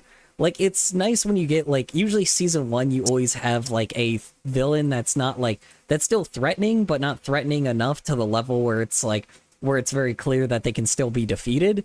But then there's like, that's kind of what makes like always the last season villain so fucking like awesome every time in each show, because like, don't get me wrong, I think that the non-threatening villain like is nice, but yeah, if you make him like, completely terrible and have no redeemable qualities, then yeah, you just kind of have to like have them take a sideline the entire time, or have some other incentive. You gotta write them differently later if they're still around. And then yeah, but usually that's always the nice thing. Usually first season villain, always the bad, season antagonist always is like the one that's clearly working under somebody. And the last season, but always the last season villain of a lot of shows, not always, but a lot of times the last season villains are like fucking, they just make them ruthless. And I always love a lot of like what a lot of animated shows have done, not just lately but for a long time, is when they get the really super badass villain that just is like clearly evil, like super fucking evil, like to like the like very evil to the level where they obviously like should be like actually, the protagonist should probably actually like commit a murder, right? Like it's very clear, right? Or at least like do something where that villain will just like no longer be, in their where they're at, right? Like that kind of thing, right? Having a villain that is fucking scare, like fucking badass, but like obviously super villainous, is always a hell of a fun villain to have. Like one that is fearless and very clearly like a match for or above the match of an like protagonist is always really fun. But like again, I know I'm like not giving any examples here. I'm trying to think of an example, but usually it's awesome. I fucking love that kind of shit, But that's if you're talking about like a typical show that even has an antagonist, But that's also another thing I like. The fact that like shows and movies are like animated shows and movies like got away from the like there has to be antagonist kind of thing. Hi. Unless it's necessary. Hi Kabeko, how's work? How's errands? How's your day in general? Hoping it's well for you. It's not super flattering. For the B-plot, Vaggie and the crew work on a new commercial for the hotel. It shows each of the characters' personalities in a way that feels just natural. Husk reading off a script in a monotone manner. It shows he doesn't even want to be there and is so apathetic to life to not put more than the bare minimum. Angel is a hypersexual actor. That is his main defining character trait for a long time. I have a lot of issues with this, but again, episode 4. In theory, I like Doggo, this. laughing face. I mean, yeah. I mean, to be fair, that's also kind of the interesting thing that this guy doesn't seem to understand about writing. Usually a lot of times a very likable character is usually supposed to get like their redemption arc. Typically is always like, I do like the fact that is kind of a common thing lately, where they take like, kind of douchey character and give them show the reason why they are the way they are. And I think that's great, so, but that's just me. The first episode should be used to establish your characters and what they're like, along with the premise. This contributes to that premise and shows more of who these characters are. Unfortunately, it shines a big bright light into the problem of these characters. They're very flat, and an extension Spoiler, hard to the connect with. What SKYKS can server we is learn literally about the server Angel? that brings a Nothing. smile to my face. I don't know why. Like, bruh. Excuse server. Well, I'm glad to hear it, man. Honestly, I'm glad to hear that server's doing well for you. Knew that we aren't. I'm glad to hear that that's a very positive community. Honestly. Yeah. I mean, yeah, sorry, I'm going back and forth. If he is talking about that one freaking, or if he's talking about the character, personalities, I do admit, like I said, this is why it feels more TV-14 than it does TVMA. If the show was just made if the show was TV-14, I think it would have been fine. But unfortunately, they had to add a bunch of shit that, barely let it be that TVMA, but it just doesn't feel TVMA. I don't know how to explain it, but it just doesn't. It don't feel like that, brother. Aren't already shown immediately, neither with Husk, and I don't think the scene overall is funny. As a result, it feels a bit directionless. We cut back to Charlie and Adam, and he's being annoying and unlikable. Shocker. Charlie figures out who he is and tries to explain her situation to the extermination. Of course, however, Adam is portrayed as an idiot and doesn't quite get it. Charlie's delivery is pretty entertaining, but that's about. Well, it's not that he's portrayed as an idiot, it's portrayed that he just doesn't give a shit. It's portrayed as, he's just... Furries just be accepting for no reason. I don't get it. Yeah. Sometimes. Lately, not so much, but, I'm glad that you at least have... I'm just glad that group does, at least. Furries lately have been something else, I'll tell you that. And kind of dicks. But, anyway, moving on. About it. Later, Vaggie and Alistair have a back and forth about the commercial, then he asks to make a deal about helping with it, but under the guise that they won't try to involve him with television ever again. This sets up Alistair's disdain for TV, which will come up several times in the series. It's alright, tainted a bit by the last line, but the slight amount of foreshadowing is nice. Going back to Charlie and Adam though, they start arguing about the differences between sinners and angels, stemming from the problem with overpopulation in Hell, and this is where the second song begins. Hell is Forever is weird. It starts off as a rendition of Happy Day in Hell, and I find that kinda cute. It feels like a rushed version that Charlie was coming up with off the top of her head from being unprepared and running low on time. I think it's funny, but the actual song is... I don't know. I feel like Adam's notes either hit fine or are way too shaky. This song is... What the fuck is this dude talking about? This song is like a certified banger. I don't remember if it's this one or the other one where they both sing. But dude, there's one of these songs that is actually a fucking banger, brother. But I don't know. I don't know where the hell he's coming from, but I just disagree. But hey, whatever. Just the bridge, the lack of harmonizing background vocals for doubles makes it feel a bit weak, and the lower pitch vocals in the background hitting after the main track doesn't do a whole lot for me. The whole guitar solo segment is annoying with Adam talking over it, but I actually quite like the clap chorus section thing. The group vocals make it feel alive and keeps the song moving. But I mean, it's more of just him being annoying, not the fact that the song sucks. The song itself is quite fine, honestly. I don't know. I think he's being a little too nitpicky with it, but he did say he was gonna do that, so. I'm not a big fan of the key change. I usually don't like a lot of key changes in musical songs, and this is no different. And oh boy, I hope this doesn't come up again in 95% of the season 2 songs. That would be a bummer, wouldn't it? Also, the small rap verse with the heavy, raspy delivery. Ugh. Overall, this track feels a bit inconclusive to me. It doesn't excel enough in vocal performance to warrant me giving it any sort of leeway to make up for the surface level and annoying writing. But there weren't a whole lot of points in which I wanted to slam my Anyway, face on the from pause now on button I'm to save saving up for a myself 1 from TB old secondhand Steam Deck. embarrassment. So, Or something I don't know. I don't even spend my money. It once got to the point where I bought a bed for my room. It costed 1K. Wait, now on I'm saving up for 1 terabyte OLED Stream Deck. Jesus Christ. I don't know, I don't even spend my money. It once got to a point where I spent, Jesus Christ, $1,000 bed? That sounds By God. nuts, dude. I hope you're good. All right, you have a good night, John Lasagna. Appreciate you hopping on by for a bit. I still think it's bad, but it's not the worst thing ever. After that, Vaggie meets back up with Charlie, and they all sit down to watch the new commercial before getting cut off by breaking news. It explains what Adam said in the song, that the next I forgot about that part. extermination had been moved up to 6 months rather than a full year. This was in response to a sinner killing an angel during the last attack. So they're retaliating in response, and to keep it under wraps so more sinners don't realize angels can be killed. Oh. I didn't think about that. I was like, Anyway, yay. Doggo, laughing face. Yeah, anyway. I don't know. I thought but that wasn't the sore, I guess that was the sore reason, but like, anyway, never mind. And the episode ends off with a pretty cool visual of Adam's masks. I like that. It's neat. But overall, thoughts on the episode? Upon rewatching and getting used to the show's style of humor, I could tolerate it. However, it still does show blaring flaws within the characters and writing. Some of them Again, very TV-14. I know I keep repeating this and I sound like a broken record, but again, like, it's fine for what it is, but TVMA? This is just because rating systems are such a fucking joke, dude. It's like, rating systems are such a joke. It's like, this is not necessarily the fault of Ipsy Pop. This is just the fault of just rating systems, period.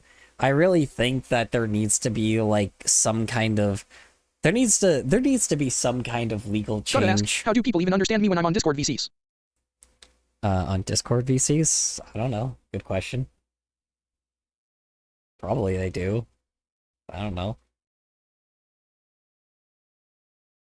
I'm confused. What do you mean?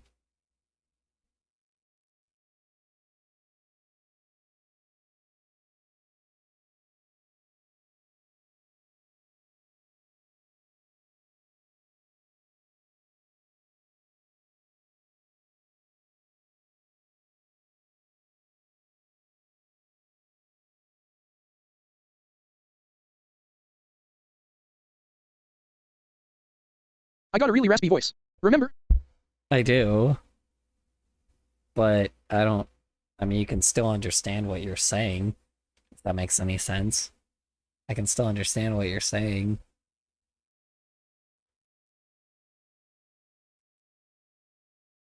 Damn it.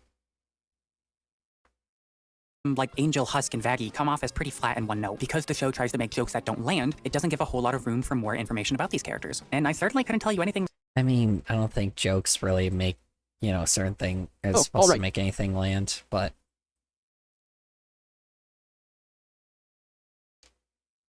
I mean, I guess it does flesh out a character a bit, depending on who they are, but I don't know.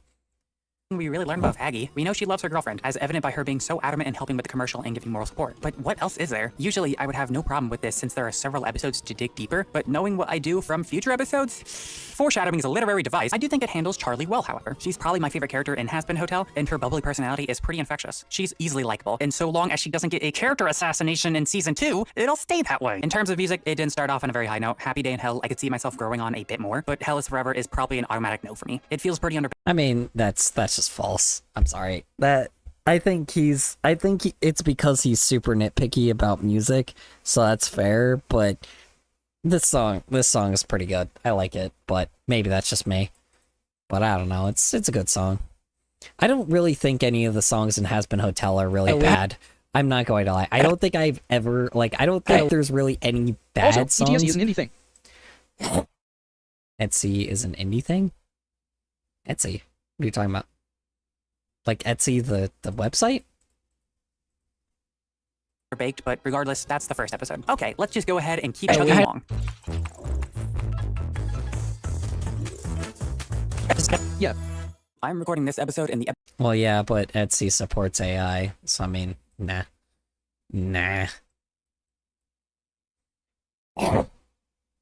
episodes that follow whilst recovering from being sick, so if I sound a little congested, that's why. Just pretend like I sound the same. Okay, thanks. Episode 2 kicks off with Charlie freaking out about the extermination getting pushed up by 6 months. She's not only worried about how much less time they have to redeem sinners, but also the extermination continuously getting pushed further and further up. Vaggie suggests that because of how desperate sinners are upon receiving news of the extermination, they might be desperate enough to try salvation. Charlie clearly likes this idea, but before they could plan too far ahead, Sir Pentious attacks the hotel to fight Alistair. And side note, the oh dear on Alistair's cup, I like it. Pentious explains that his goal is to defeat Alistair in battle to prove to the V's that he's I just wonder why it's actually a deer instead of DE. I don't know. He's goofy, so whatever. equal to them. Who's the V's, you might be asking? Well, lucky for you, Nifty, the most uncomfortable character in the entire show, asks the same question. The show cuts to V Tower, and I'm sorry, man, but please get new jokes Oh, that aren't it always supports about creatures of sex or steel. swearing. Bruh. It's only Let's see. Supports creatures of steel, bro. Yeah. Unfortunately. episode 2. They've made a pretty good thing, like pretty good. They made like a pretty interesting statement that was like, oh yeah, well we love AI. I'm like, alright, well go fuck yourself, I guess. You know, I guess fuck me and fuck all the artists, you know, that are on your website, you know. Anyway. Comfortable character in the entire show asks the same question. The show cuts to V Tower, and I'm sorry, man, but please get new jokes that aren't always about sex or swearing. It's only episode 2, and I'm getting tired of it already. Vox is To be fair, the V's are obnoxious. Like, they're kind of supposed to be. They're kind of supposed to be, like, a bunch of tech bro dipshits, which is, you know, kind of what these guys are. Like, I'm sorry, but, like, that, it makes sense why he would be like that. It makes sense why their jokes would be, like, not the jokes, but I guess, like, you know,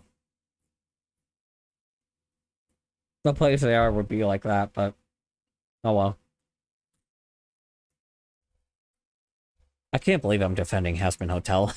I don't even like the show that much. I just kind of. Also, I once I showed just my like mom the the voice of Sisyphus Prime. criticisms. She said it sounds similar to me. Sisyphus Prime? I don't even know what Sisyphus Prime is. I'm sorry.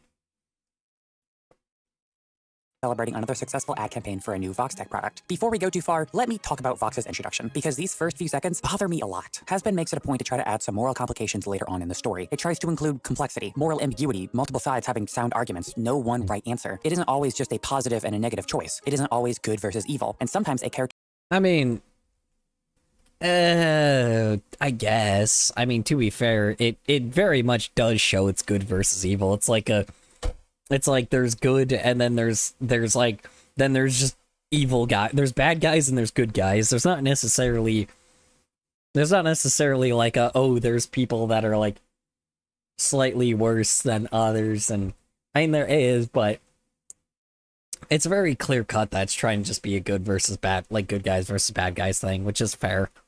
might not always be what they were initially perceived as. This, I think, is good storytelling. It allows the viewer to feel Yeah, the character, okay. All right, have a good day. Like Bye. Take care. the residents of hell, like the sinners of hell, are supposed to be the ones that are redeemable. Not necessarily not necessarily like the villains. I mean, the villains are, I guess, also supposed to be quote unquote redeemable, but these guys they're just kind of supposed to be like, you know, the villains are supposed to just be bad guys. Like, that's just it, right? Like, it's very clear that they try to portray them as that. The only problem is with Alistair, like, they don't really do that well. I'm not gonna lie. They never commit to him. I think that's annoying, but whatever. more attached to a character because they weren't told that character's actions were morally right or wrong in the context of the story. The viewer made that decision themselves. This might sound strange at first, but hear me out for a second. Think of Subaru Natsuki, a man who has been given the ability to return back to a save point each time he dies. He and the viewer consider him a force of good. He wants to save Amelia. He wants everyone to Using the show as a point of reference is a bad idea. be happy. He wants a better future for him than he did in his old life. That desire for self-growth is inherently relatable to us, so we often Yeah, but it's very anime. I'm not going to lie, he doesn't actually do that though. Like, he doesn't commit to it either. Like, this is a really bad example. This is like very animatized, like when it comes to that kind of shit. This is a really bad example. I can't remember exactly what they show, but like I do remember that he only does it because of like some other like safe reason, or like there's so much like unreasonable shit that happens, the reason why he risks it like that. And it's not like for a heroic purpose. It's fucking weird. grow more attached to him and can look past his mildly cringe moments. But as time goes on, more cracks begin appearing in his personality. When the pressure gets so immensely high, he begins making real Okay, mistakes bye. and pushes the Have a people good day around and him take in care. directions that I'm leaving aren't now, healthy. which is why And I'm the saying this again. Have a good day. All right, you have a good night. Appreciate hopping on by Kabeko.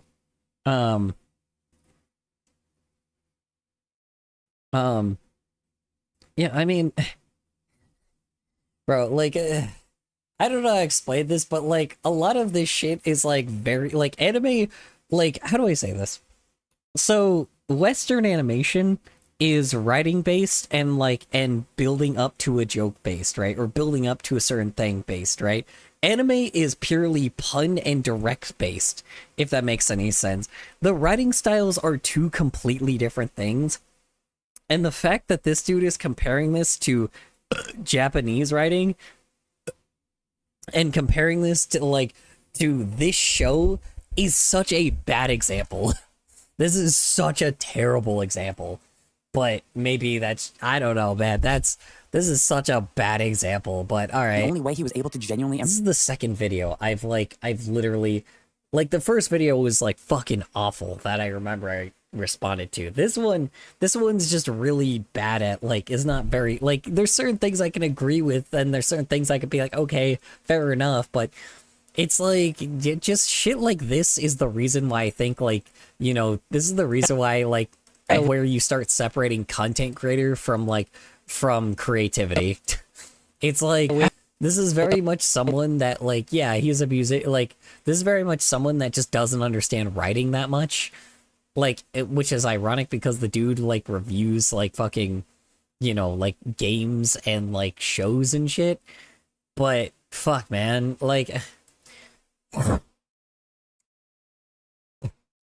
Like, I don't know. This just feels just a bad take. I don't know. This is a bad take. improve was when he was forced to confront his flaws head on. But regardless, he did and said shitty things and acted on multiple occasions in complete selfish intent. But the only reason us as viewers kept rooting for him was because we understood the complexity behind who he was. We saw him at his best and I his mean, worst, and we were given a decision. We did see him at his best and his worst, but then he fucking did shit that, like, that just made no fucking sense.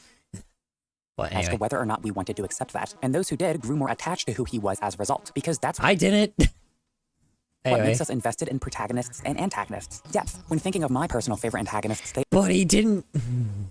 I don't know, man. Jesus Christ, man. This is, like, like, I've always seen so much of it, but yeah, maybe I need to rewatch that show. But dude, this dude is remembering stuff way differently than I am with that show. But I don't know. They all have a certain level of relatability to them. Croy, V, Wilson, Roswell, Asgore, Jax, Poro, AM, and Hello Mori. Kinda. Yeah, and fucking Jax is me. Ugh, I hate them. That's true. Relatability is one of the things, but like the anime he gave an example of, I don't relate to him. I'm sorry, but no.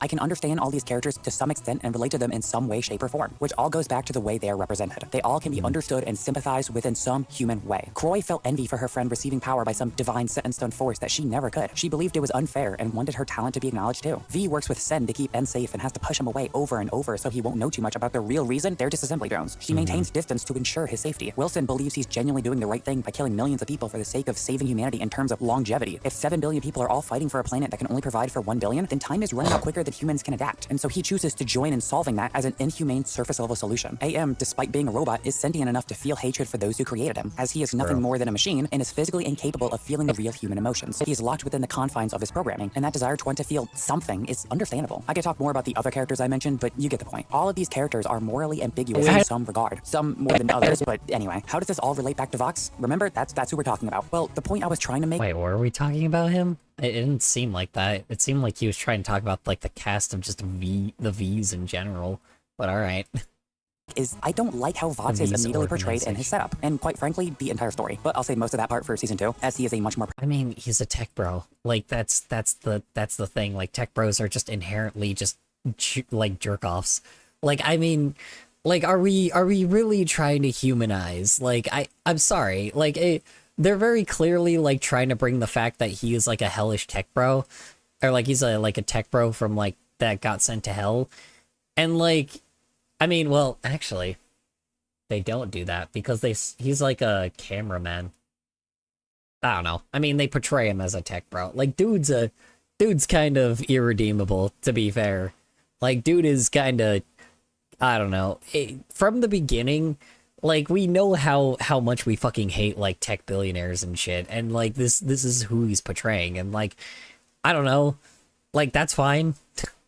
I'd rather just, you know, for the time that this is created, I think that is fine for just having a tech bro billionaire that just sucks ass. You know, like, I mean, not billionaire, but the dude's collecting like souls and like hypnotizing people. Like, hey, dude sucks. Like, no shit.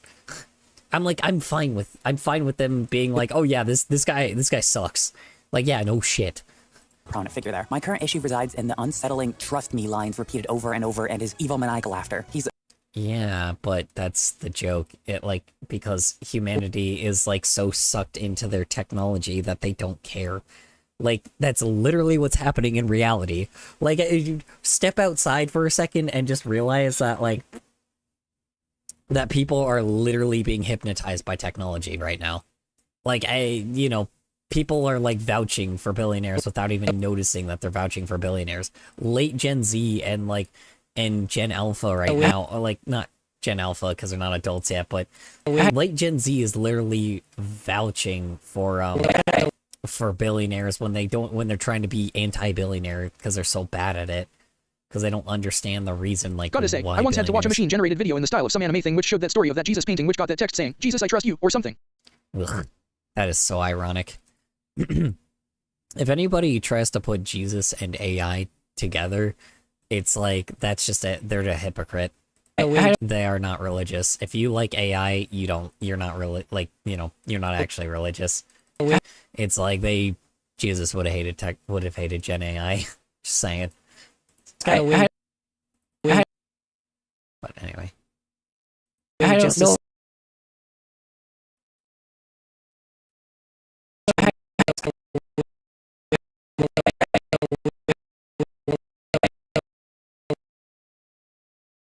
immediately set up to be perceived as evil, which leaves no room for interpretation to the viewer. It doesn't let us come to that conclusion ourselves. Yeah, because he is. Because he just is. What? Alright. But it spoon feeds us the information like we wouldn't understand. I just wish it would let us decide how we felt about I mean, it doesn't though. It just very clearly. It's very clear what he's doing is obviously terrible. I don't know. Fox being evil or not through his actions rather than letting him act like a fucking supervillain. Now, later I can understand this more. His motivations Yeah, he is a supervillain. I'm just very confused. Why? Like, I don't see the problem in this. Maybe, like, I don't know. Again, for TVMA, I guess, yeah. It could be a little bit more complex, but, like, dude's a tech bro. Like, it's very clear that artists don't like tech bros. Like, simple as that. become far less mysterious. His scumminess becomes more apparent. So some maniacal laughing feels far less handholdy. You know what I mean? I just wish there was more left up to interpretation about whether or not we can trust Fox at the beginning. It would be far more engaging to I guess, yeah. What? Sometimes villains are just fun. It was made with AI because it was smeary. I had to watch it in class because the teacher put it there. I once asked the same person about Lazarus and she didn't know who that was. We're all Polish. Oof. We're all Polish. Oh, okay. With AI because it was smeary? Smeary how? Like when you paused it, I had to watch it in class because the teacher put it there. I once asked the same person about Lazarus and she didn't know who that was. I don't even know. Well, hold on, wait. I'm not even sure what Lazarus is either. Lazarus. Hold on. Oh, Jesus. Oh shit, that Lazarus. Okay. Why the fuck did I not know what that was? Oof. Seems like it's just a New Testament thing, not an Old Testament though.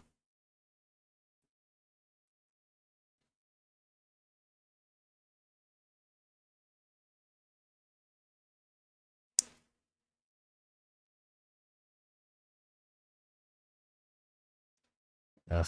Yeah, I don't fuck with New Testament bullshit.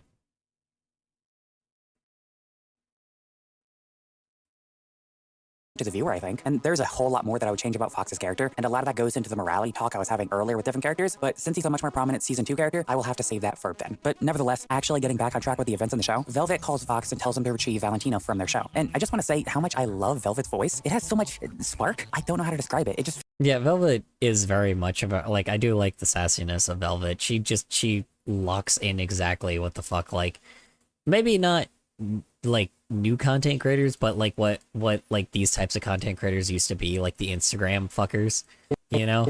Like, she very clearly is, like, the the typical person that used to like, you know, do shit like that when she was alive, but feels very unique in the cast. On the way, Vox meets the press and informs them of his last-minute project, Angelic Security, as a response to the oncoming exterminations. And this is exactly what I was talking about earlier. If Vox wasn't immediately portrayed to be evil, this scene could have been so much more fascinating as a person rewatching. I don't get anything new out of this from watching it again. Binding of Isaac taught me Yeah, about some but stuff we from the know- Bible, though, like Jacob and Esau and Mary Magdalene.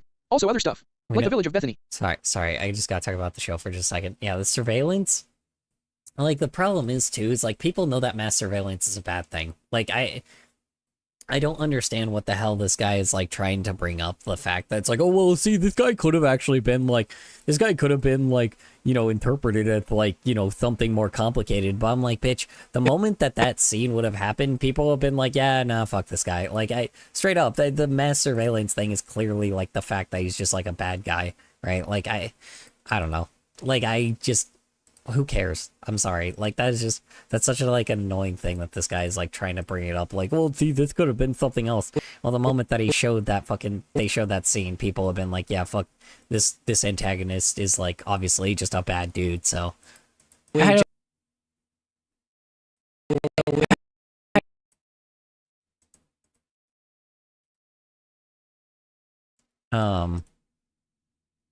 Anyway, Binding of Isaac taught me about some stuff from the Bible, though, like Jacob and Esau and Mary and Magdalene. Also other stuff like the village of Bethany. Yeah, I mean, New Testament stuff is kind of interesting. I'm just, you know, a lot of the evangelicals kind of come from New Testament bullshit, which is kind of the reason why I'm just kind of a little iffy on it. But Beginning, we're aware Vox is trying to gain control. it's where all the discrimination shit comes from, I'll tell you that. And, like, where it, like, you know, kind of contradicts itself. It's where it kind of contradicts itself. For malicious intent. There's no subtlety. So when we see him here, the first time watching, Anyway, we knew Mount his Moriah was intentions. the place It Isaac would was gonna be so much sacrificed more in. interesting if he was laid out to Mount Moriah was the place Isaac was going to be sacrificed in. Okay. control for malicious intent. There's no subtlety. Okay. And... Huh? So when we see him here, the first time watching, we knew his intentions. It would be so much more interesting if he was laid out to be a man who, on the surface level, is attempting to support sinners during a time of crisis. But given events later, But you know that he wasn't. Like, I don't know. Like, he's a tech billionaire. Like, or he's, like, not tech billionaire. Like, I guess he's a tech overlord in this show, quote unquote. Like, it's very clear that he's a bad guy. Like, unless you're, like, 12, you wouldn't see that coming. Like, or you would see that coming, right? So. scenes like this would be recontextualized as attempts for him trying to gain power. Would that not be infinitely more rewarding to a fan rewatching? And it seems like has been No, because, like, we would know this already. Like, it's so simple. Anybody can see that. But again, if it was a TV-14 show, then yeah, probably it would have been something. Like I said, the show just isn't TVMA. Just feels TV-14, but still. So.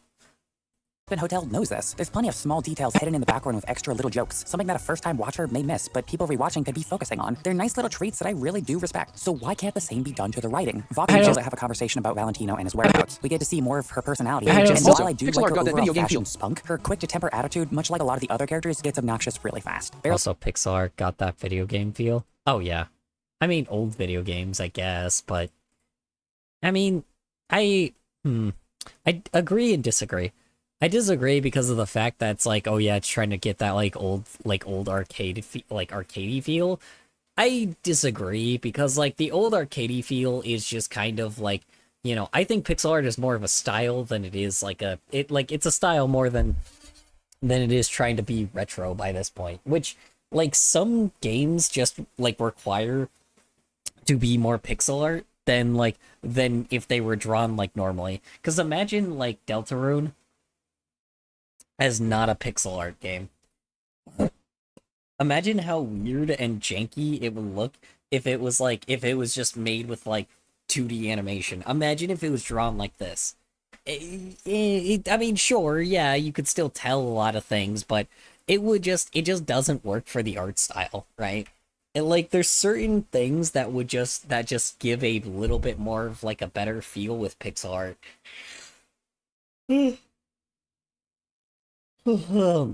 It like, cause for you know, someone my age, it doesn't give like a nostalgic feeling, but it does give like it does give a like, well, I guess it could be kind of nostalgic because I mean I used to play in arcades too. But anyway, um it's not entirely 100% a nostalgic feeling. It's more of a this is like, or it's more of like a doesn't feel old, like not like an old school feeling, but just a like like not playful, yeah, playful feeling. I mean, not even playful. There's a word for it, like arcadey, but not arcadey. Because I'm trying to think of like what it is. Like it just, it's different, right? It's different, but it works for like, but it works for certain like writing, like certain stories. Certain stories feel like they require pixel I use art. pixel art, right? It's cool, I think. Yeah, yeah. Well, there's certain like stories that I feel like would require pixel art because it feels more like a book. That's how it feels. Like not like a comic, but like a book, right? Like it feels like you're opening like a storybook, right? Even though it's pixel art, like and it's still visual, it feels like you're opening up a storybook and like and the writing of like of the game and like you playing through the game like feels like it's like a storybook story, right? Rather than like even with like the dialogue boxes and everything, it feels like you're opening up like a store like a pop-up storybook, right? And that's great, right? With versus like 2D animation feels more like it's trying to be more like cartoonish and wacky and wild, if that makes any sense. And don't get me wrong, I'm not saying that pixel art can't be wacky and wild. I'm just saying that pixel art is definitely better when it comes to like a calmer, smoother story. Even a wacky story, I guess, but like it just it gives the sense that you are opening a storybook, if that makes any sense. Like maybe that's just like I am definitely like in near Anyway, the Scoff more... Prototype is a game about a human-animal hybrid, and the game is also a roguelike. That sounds awesome. That sounds wild. A roguelike sounds a little much for me though, right now. Sorry. Anyway, I'm done. Barely a minute long scene, and I got sick of it. Vox makes his way up to Valentino's tower. This is where we get to learn about him more, and God, I hate Val so much. He's so unbelievably insufferable to the point where I think it's intentional. And if it is intentional, He's a fucking pimp. No shit. He's like, I mean, he's not like the intimidating pimp. He's just a little bitch, like he's supposed to be. Like he's an insecure like pimp. Like in hell, by the way. Like I just what the fuck are you talking I about? can only assume that something terrible happens to him later that makes all the suffering through his scenes worth it. A No. true punishment for how terrible he is. Something has to happen. I can just feel it. Foreshadowing is a literary device. Okay, but also, was it necessary for every other sentence of his to have the word fuck in it? Was that really necessary? Val is incredibly upset that Angel I mean, he's a pimp, so probably. To be honest, he probably like I'm not gonna lie, what would you rather have him do? Like be a stereotype and like say the N-word like 50 million times?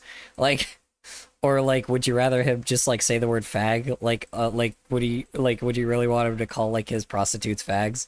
Like I just there's no way to not make him like a little bit like there's no way to just like make him like not extremely offensive. It's like fuck just kind of is one of like the lighter end things because like I because like okay let me take like a Valentino line. One Human-animal sec. hybrids would probably not be real, but the machine version where it's actually sentient is the exact same. Like, isn't it? Let's see. Let's see. Human animal hybrids would probably not be real, but the machine version where it's actually sentient is the exact same, like, isn't it? No, because it's a machine. I mean, I guess if it has sentience, then kinda, but it's still a machine. Hold on. Valentino has been hotel. 'Cause there's people have like the scripts of these things.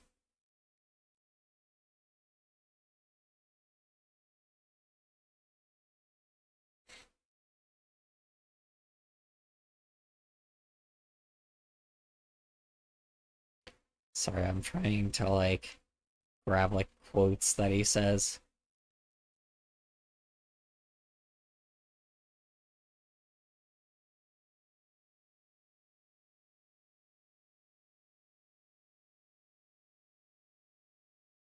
Oh my god.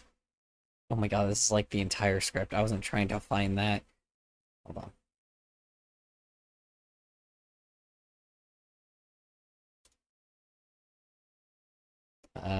Da.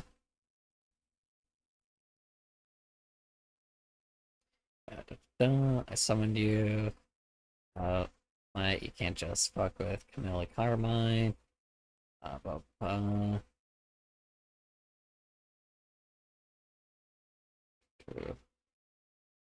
TBH, if sentient machines could be made by people, then someone will probably make a Prado again. Only time will tell, though. Sentient, probably. That will probably be the first one, sure. Let's see here. Set to come alone, Bell.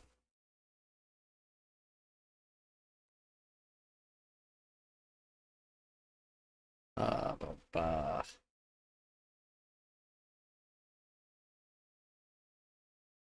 I'm trying to see if I can, like, find, like, a line that he says.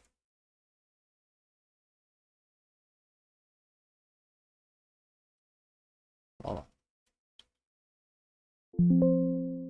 Oops. Do. Angel Dust. Snapping.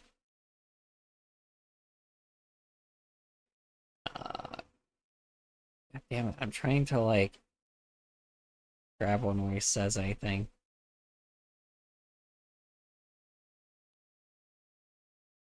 Hold on. These are, like, transcripts. Damn, people, like, actually took the whole transcripts of these. I'm just trying to... Spin Hotel. I think it's episode 2 that they're in. Let's see here. Sorry, I'm trying to, like, see. That's season 2. I think it's season 1. Hold on.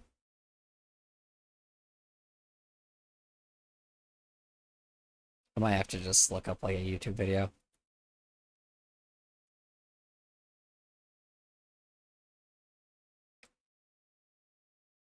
Oh my god. I like how they have, like, a video killed the radio star, like, as a, what do I call it? I like how they have that as, like, a reference, I guess, but, you know, mention this. Actually, don't fucking know which one is which. Is it Overture? Anyway, what if I were to buy a Prado again head one day? Would it be a machine? I remember playing a Roblox game about raising one once with my younger bro, and the next day he asked if we'll play that. Wait, sorry, what? Hold on. Anyway, what if I were to buy a Protogen head one day? You machine, I remember playing a Roblox game about raising one once with my... Well, it's not like a full-blown, like, sentient thing.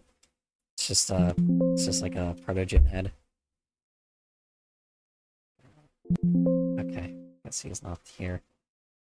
Which episode was he in? This one. There we go, okay. Alright, alright. So, I mean, okay. So it's like, the fact, like, he's a pimp, right? But it's like, the fact that, one, like, I mean, I'd rather him not be a stereotype, for one. That's obvious, right? But, like, let's just see what he would do if he was actually, like, considering he's, like, a prostitute for, like, fucking gay dudes. Like, in hell, by the way. Let's just hear what he would sound like if he actually wasn't just cursing, if he didn't say fuck a lot, or bitch a lot. Alright.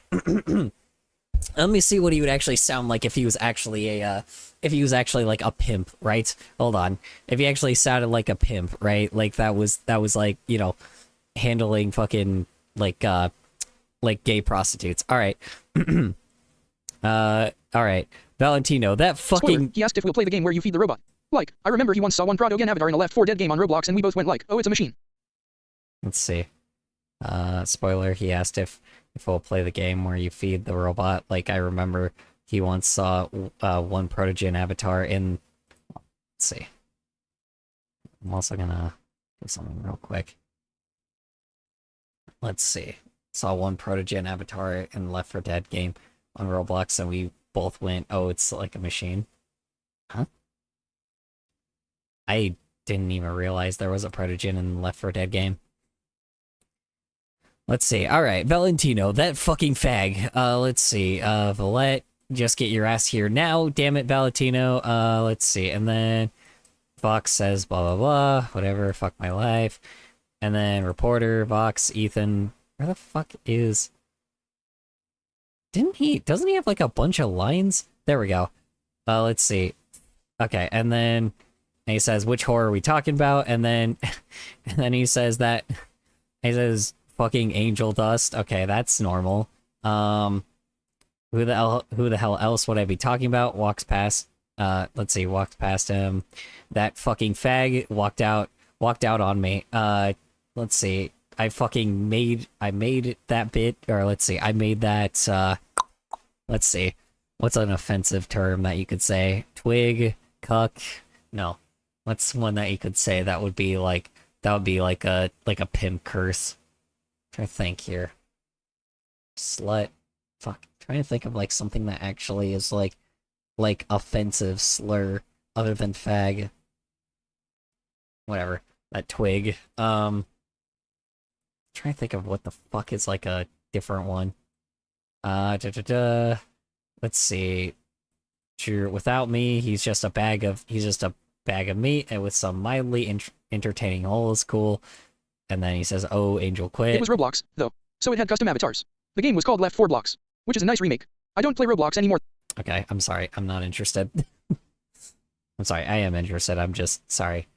I'm just like I'm sorry. I was just talking about something else. I apologize. You guys are getting too off topic here. Let's see, it was Roblox though, so I had custom avatars. The game was called Left 4 Blocks. Oh, okay. Yeah, well that makes sense. It's Roblox. Let's see. No, he didn't quit. It's worse. He moved. Okay. Yeah. He thinks he can just walk in here, work, and then go home somewhere else. Can you fucking believe that? I guess I mean, that's valid for where he was saying it. I don't know, dude. I mean, you know. Yeah, that fag, Chucky or Chandler, or I don't know, something mannish like that. She's got a All right, this anyway, hotel. bye. Take care. All right, you have a good night, Kaveko. Appreciate you hopping on by for a bit. There you go. He says that slippery twink is gonna remember who owns him. I'm gonna fuck everyone in that rancid shithole. I swear to God. Cool. I mean, just you know.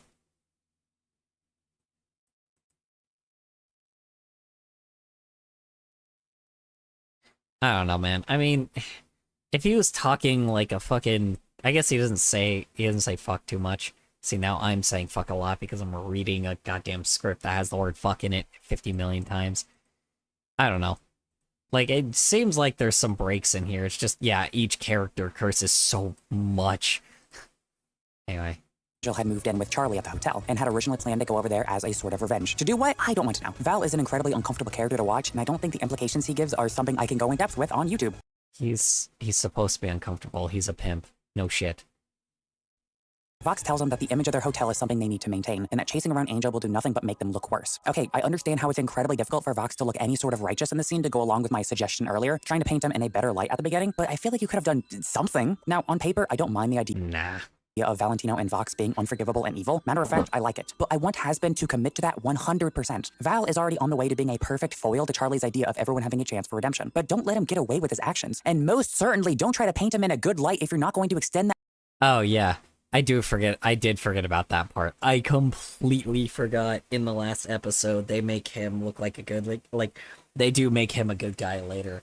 I completely forgot about that.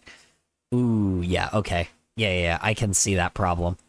I didn't even think about that when watching the show. The fact that, yeah, he just is a bad dude. He is just like, he's somebody that actually, like, he's a bad dude, but he's a bad dude that, like, that they're like, oh, yeah, well, he actually comes together with everybody else to help them out. I'm like, yeah, he wouldn't do that. That same courtesy to Vox. This isn't super relevant at the moment, but Hold on one sec. I He don't- just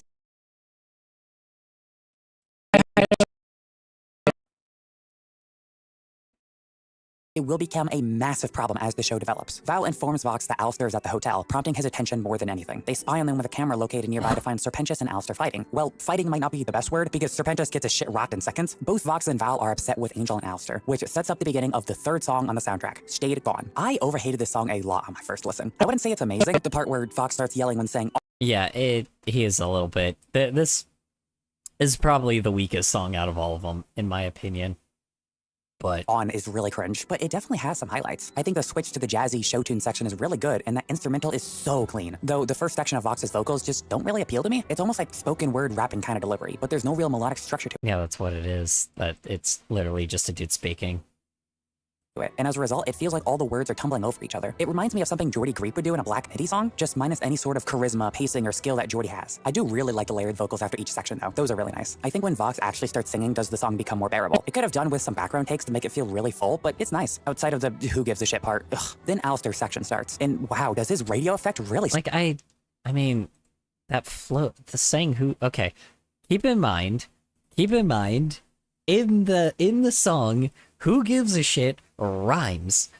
It rhymes with another, like, it rhymes with, like, the song. Like, it's also a musical. Like, good fucking lord, dude. Like, this dude is being critical of, like, the wrong things. And it's, like, it's wild. There's, like, certain things that he's getting, like, that he's getting right, but there's just some things that just don't make any sense, man. It's like he's getting like in depth about certain problems that are very easily like either something that's not an issue or something that is just like way he's overthinking about immensely. I don't know. Like again, or something that works. Like I don't understand how this dude is like trying to, break this down like this is like certain things are a problem.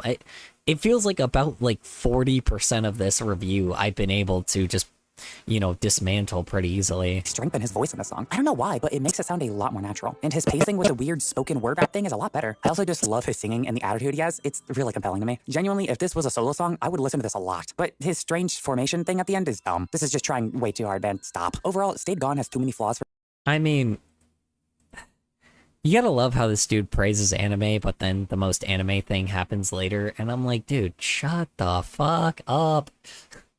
Like, good God, man, shut up. Ooh, cringe. Bitch, everything is cringe. What, your voice is cringe. Don't even, femboy. God, man. Ugh. Like, this person is way too critical of, like, this, like, way too critical of certain parts of the show. I'm not gonna lie. This is the problem. It's just certain things are just way too overhated. Like, I don't know, man. I don't know. Then again, I'm watching a YouTube video on the internet, so... And, I could just not do that.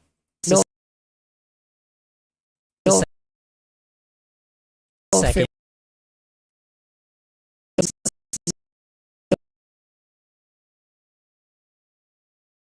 for me to consider it good in any form, but it definitely has some of the best moments of the soundtrack so far. The Alistair sections are great. I would love solo versions of those. And with that, I think it deserves to go in meh, but above Happy Day in Hell. I prefer the upbeat, jazzy style more. The V's are discussing the problem with Alistair at the Has-Been Hotel, and Val is so unlikable, I swear to God. The group decides on an individual to spy on. So what? He's a dipshit. Like, we've already discussed that all these guys are antagonists. Like, oh, God. It's like, this dude is so fucking picky.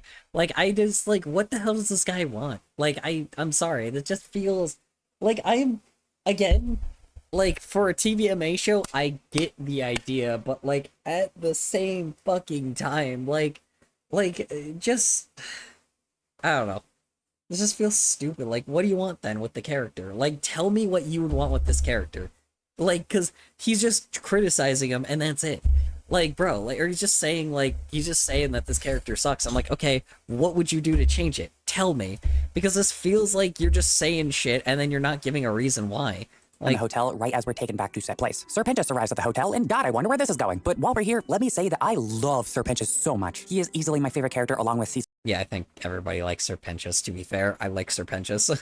Such a sweet character. One Charlie, consistently, he is the funniest character to watch and the most likable. This man can do no wrong. Duh. Charlie and Angel go back and forth on the semantics of her considering Pentius the first real guest, and he seems to be upset. That's all. They also definitely wanted people to like Serpentius the most because, like, it's very clear that Serpentius is clearly a bad guy. Like, clearly was a guy that was like a bad guy and wasn't very good at what he did, but he was clearly like the one that definitely could have like you know, the moment that he like has a redemption point, um or the moment that he would like, you know, redeem himself, he definitely was very clearly somebody that would redeem himself quite fast. So I'm kind of glad that they killed, like, it's kind of a good thing that they killed him off in that, like, in season 1, because I don't think he would have been better. I don't think it would have been good if he was in other seasons. He would have just been sidelined most of the time anyway. Said about Charlie's view of his interest in the hotel. And okay, here's the thing. When I first watched this, I did not give a shit about Angel feeling upset. He's been pretty much 100% unlikable up to this point with next to no redeeming qualities. So to see him sad doesn't make me feel anything. Now, of course, upon rewatching after knowing everything there is about Angel currently, I can feel a bit more for him, but the problem is when this is situated. I think there needs to be some more moments where he's compelling for me to feel sorry for him. Vaggy's right to criticize him. He hasn't done much to make him out to be positive in my eyes. The group sits down to play a game to learn more about each other, and this scene is cute. I think Charlie is really endearing here, and while it doesn't progress the plot, it's nice to sometimes have these scenes. You also realize that him being upset is called foreshadowing, something that this dude like consistently like has brought up in this video multiple times. Foreshadowing. Learn it. Anyway. Scenes that are just fun and lighthearted. No complaints here. I think the next scene is kind of funny just from an ironic stance. Angel, the actor, is incredibly stiff in his delivery just because he doesn't want to be there, while Pinchas, the spy, is going all out and looks to be genuinely enjoying himself. It's goofy. I like it. Angel gets upset and leaves to go lay down. And again, watching him spiral and deal with Val connects with me more now, but as a first-time viewer, I wasn't connected to Angel in any way. I feel like stuff like this would work so much better if there were at least 2 or so moments where he's enjoyable to watch. We don't get those until after he starts undergoing an arc, which really sucks because of how long that takes. But anyway, when Angel goes downstairs to start drinking, he catches Pinchas. This guy is way... Switch quick for a second on my phone. I'm back now. This dude got peanut brain. I am not going to lie. This reviewer has absolute peanut brain. Oh man, why does there not like some things that happen, like, you know, why is there some things that only happen like an episode later instead of during the episode? Why was there not things that happened before? And then like, I get the idea that there's also points where it's like, you know, you're not supposed to feel bad for the character like till a certain point, but like, this dude has peanut brain. This dude has literal peanut brain. Like, shut up. Like, this dude is so impatient. I don't know what to say. Like, this dude is so fucking impatient and does not understand like what writing structure is, period. Like, this dude doesn't get writing. Like, it's very clear that this guy doesn't understand writing structure. Like, I just, would I do this myself? Probably not. The irony is, I guarantee if I ended up being the one that was like writing the show, I probably would have not made these mistakes. But at the same fucking time, and like, 40% of the criticism that this guy has made so far has been like, has just been wrong. Like, wrong or outright just so nitpicky. And I get the idea. It's a review of like a TV show on the internet. I get it. This guy's opinion does not fucking matter, right? But Jesus Christ, man. It is just not doing its best. Like, the music, he's a musician, so obviously it's very different, and he's gonna, like, he has that over me, but again, I just disagree with a lot of stuff that he says, but those are opinion-based, right? But then there's this, where it's like, yeah, sure, I guess it's opinion-based, but it also requires, like, being a bit more patient. Again, I've said this multiple times, but, like, the criticism I have about this show is the fact that it is, like, clearly supposed to be for a younger audience, but it is, like, it's clearly meant to be for teenagers, but like, rating systems suck, and that's not like the fault of like Vivzy for like not releasing the show, or not, like, you know, for not being able to release the show as TV-14. I think it would have been done far better, and I think the writing is completely fine for that. But I do agree, for an adult show, a lot of stuff is wrong. But again, just the things that this dude is pointing out is just incorrect. Like, it's just not, like, they're not good criticisms. They're awful criticism. This is the I can't fucking believe this is the second video I'm defending Hazbin Hotel. I think, don't get me wrong, I think Hazbin Hotel is still not a great show. It's like very much like falls short on a lot of things. Like, I think it's fine for like what it is if it wasn't rated TVMA. If it wasn't rated as an adult show, I think it would have been fine. But again, like, because it is, it's not good, right? The fact that I'm sitting here defending the show is telling, like, somebody that doesn't even like the show that much is defending it because of, like, the criticisms of the show is so bad. Like, it's nuts. Like, I can't believe I'm doing this, but it feels like it just feels like, you know, people should just be a lot better with this. Like what happened to like criticisms of TV shows, man? People used to be pretty good at like being critical of certain things, but now it just like it feels like a lot of these reviews have just fallen off. Like, and I know it's been years since like that's been since it's been new, but jeez, man. Like, just some of these people have peanut brain, and it's nuts. Like, not peanut brain, but they have like their criticisms feel like unfinished, if that makes any sense. Like, there's certain things that just feel like unfinished, or they just blatantly ignore certain things that happen. So, or like don't understand reason. So, second. Ugh. Anyway. setting up cameras to spy in the hotel, which prompts them to fight. After he gets called out in front of Charlie and Vaggie, Vox taunts him for failing at his mission, and Pinchas accepts his fate. Then it starts with Sorry begins playing. Oh boy, oh boy, oh golly gee. Oh gee, willikers. No. This song is bad. I don't have to hide that fact. I love Sir Pinchas, but I don't think he has a particularly great voice for singing with his snake lisp thing, and No, but that's fine. the Vaggie and Angel vocal lines are so obnoxious, and shocker, Charlie is the star here. Her silly lines of response do make me laugh. That is fair, but it may not be. To be fair, I do think that the song was unnecessary. I do think that the song was completely unnecessary.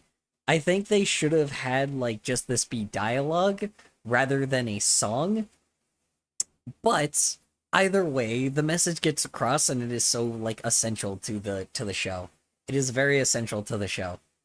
But I do think that they could have had this be just dialogue instead of a song, which is fair. So that's fair. Have a little. However, she isn't given a lot to work with in terms of melody and writing. It's really cringe. Thankfully, it's a pretty short song, but yeah, nope, this song is Cringe my ass. Cringe my ass, brother. Cringe my fucking ass. Like this show is cringe. This is not a valid criticism. Just saying something is cringe is so like not a valid criticism. Like I'm so fucking tired. I'm so fucking tired of the fact that the this is cringe bullshit. I'm so fucking tired of that being like considered a valid criticism, because it's not. Like, things are cringe. They're supposed to be cringe. Like, if life ain't cringe, then things aren't interesting. Like, just being like, oh, this is cringe. Fuck off. That's not a valid criticism. Give me a real fucking reason. If it's cringe, why is it cringe?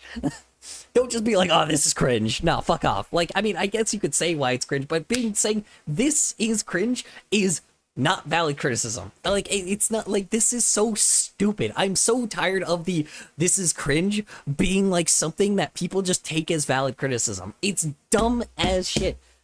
Like, cartoons are cringe. Adult animation is cringe. Fucking movies are cringe. Like fucking action films are cringe. But I still watch action films. Like, you can't be fucking serious, man. Like, you're a femboy, like, reviewer on the internet. You're cringe. So shut the fuck up. God, man. I'm like, I can't fucking believe I'm getting this worked up over Hazbin Hotel, but it's like, this review just sucks. It sucks. It's awful.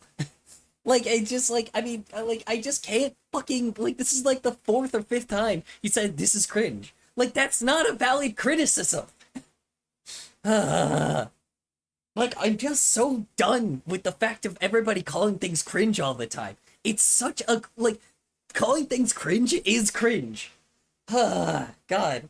Maybe I've just matured to the point where I'm finally fine with being like with cringe, and finally getting old enough to the level where it's like where I'm finding things, just letting things be. But Jesus Christ, man, fuck, like, just fucking, like, not a valid criticism, like, ignored. God, like, your criticism in the trash. like I said, like I've said, like, this is about to be like 40 to, like, this is about to go from 40% to 50% of me, like, talking about his criticisms being bad. Like, this dude is not very good at reviewing shows. This guy does not understand writing. This guy doesn't understand pacing. This guy doesn't understand, like, character development. He understands character design, which is fair, but then again, character design is, like, by the eye of the beholder. Art is like is interpretive, like, or it's like fucking based off of your taste, right? Fair enough.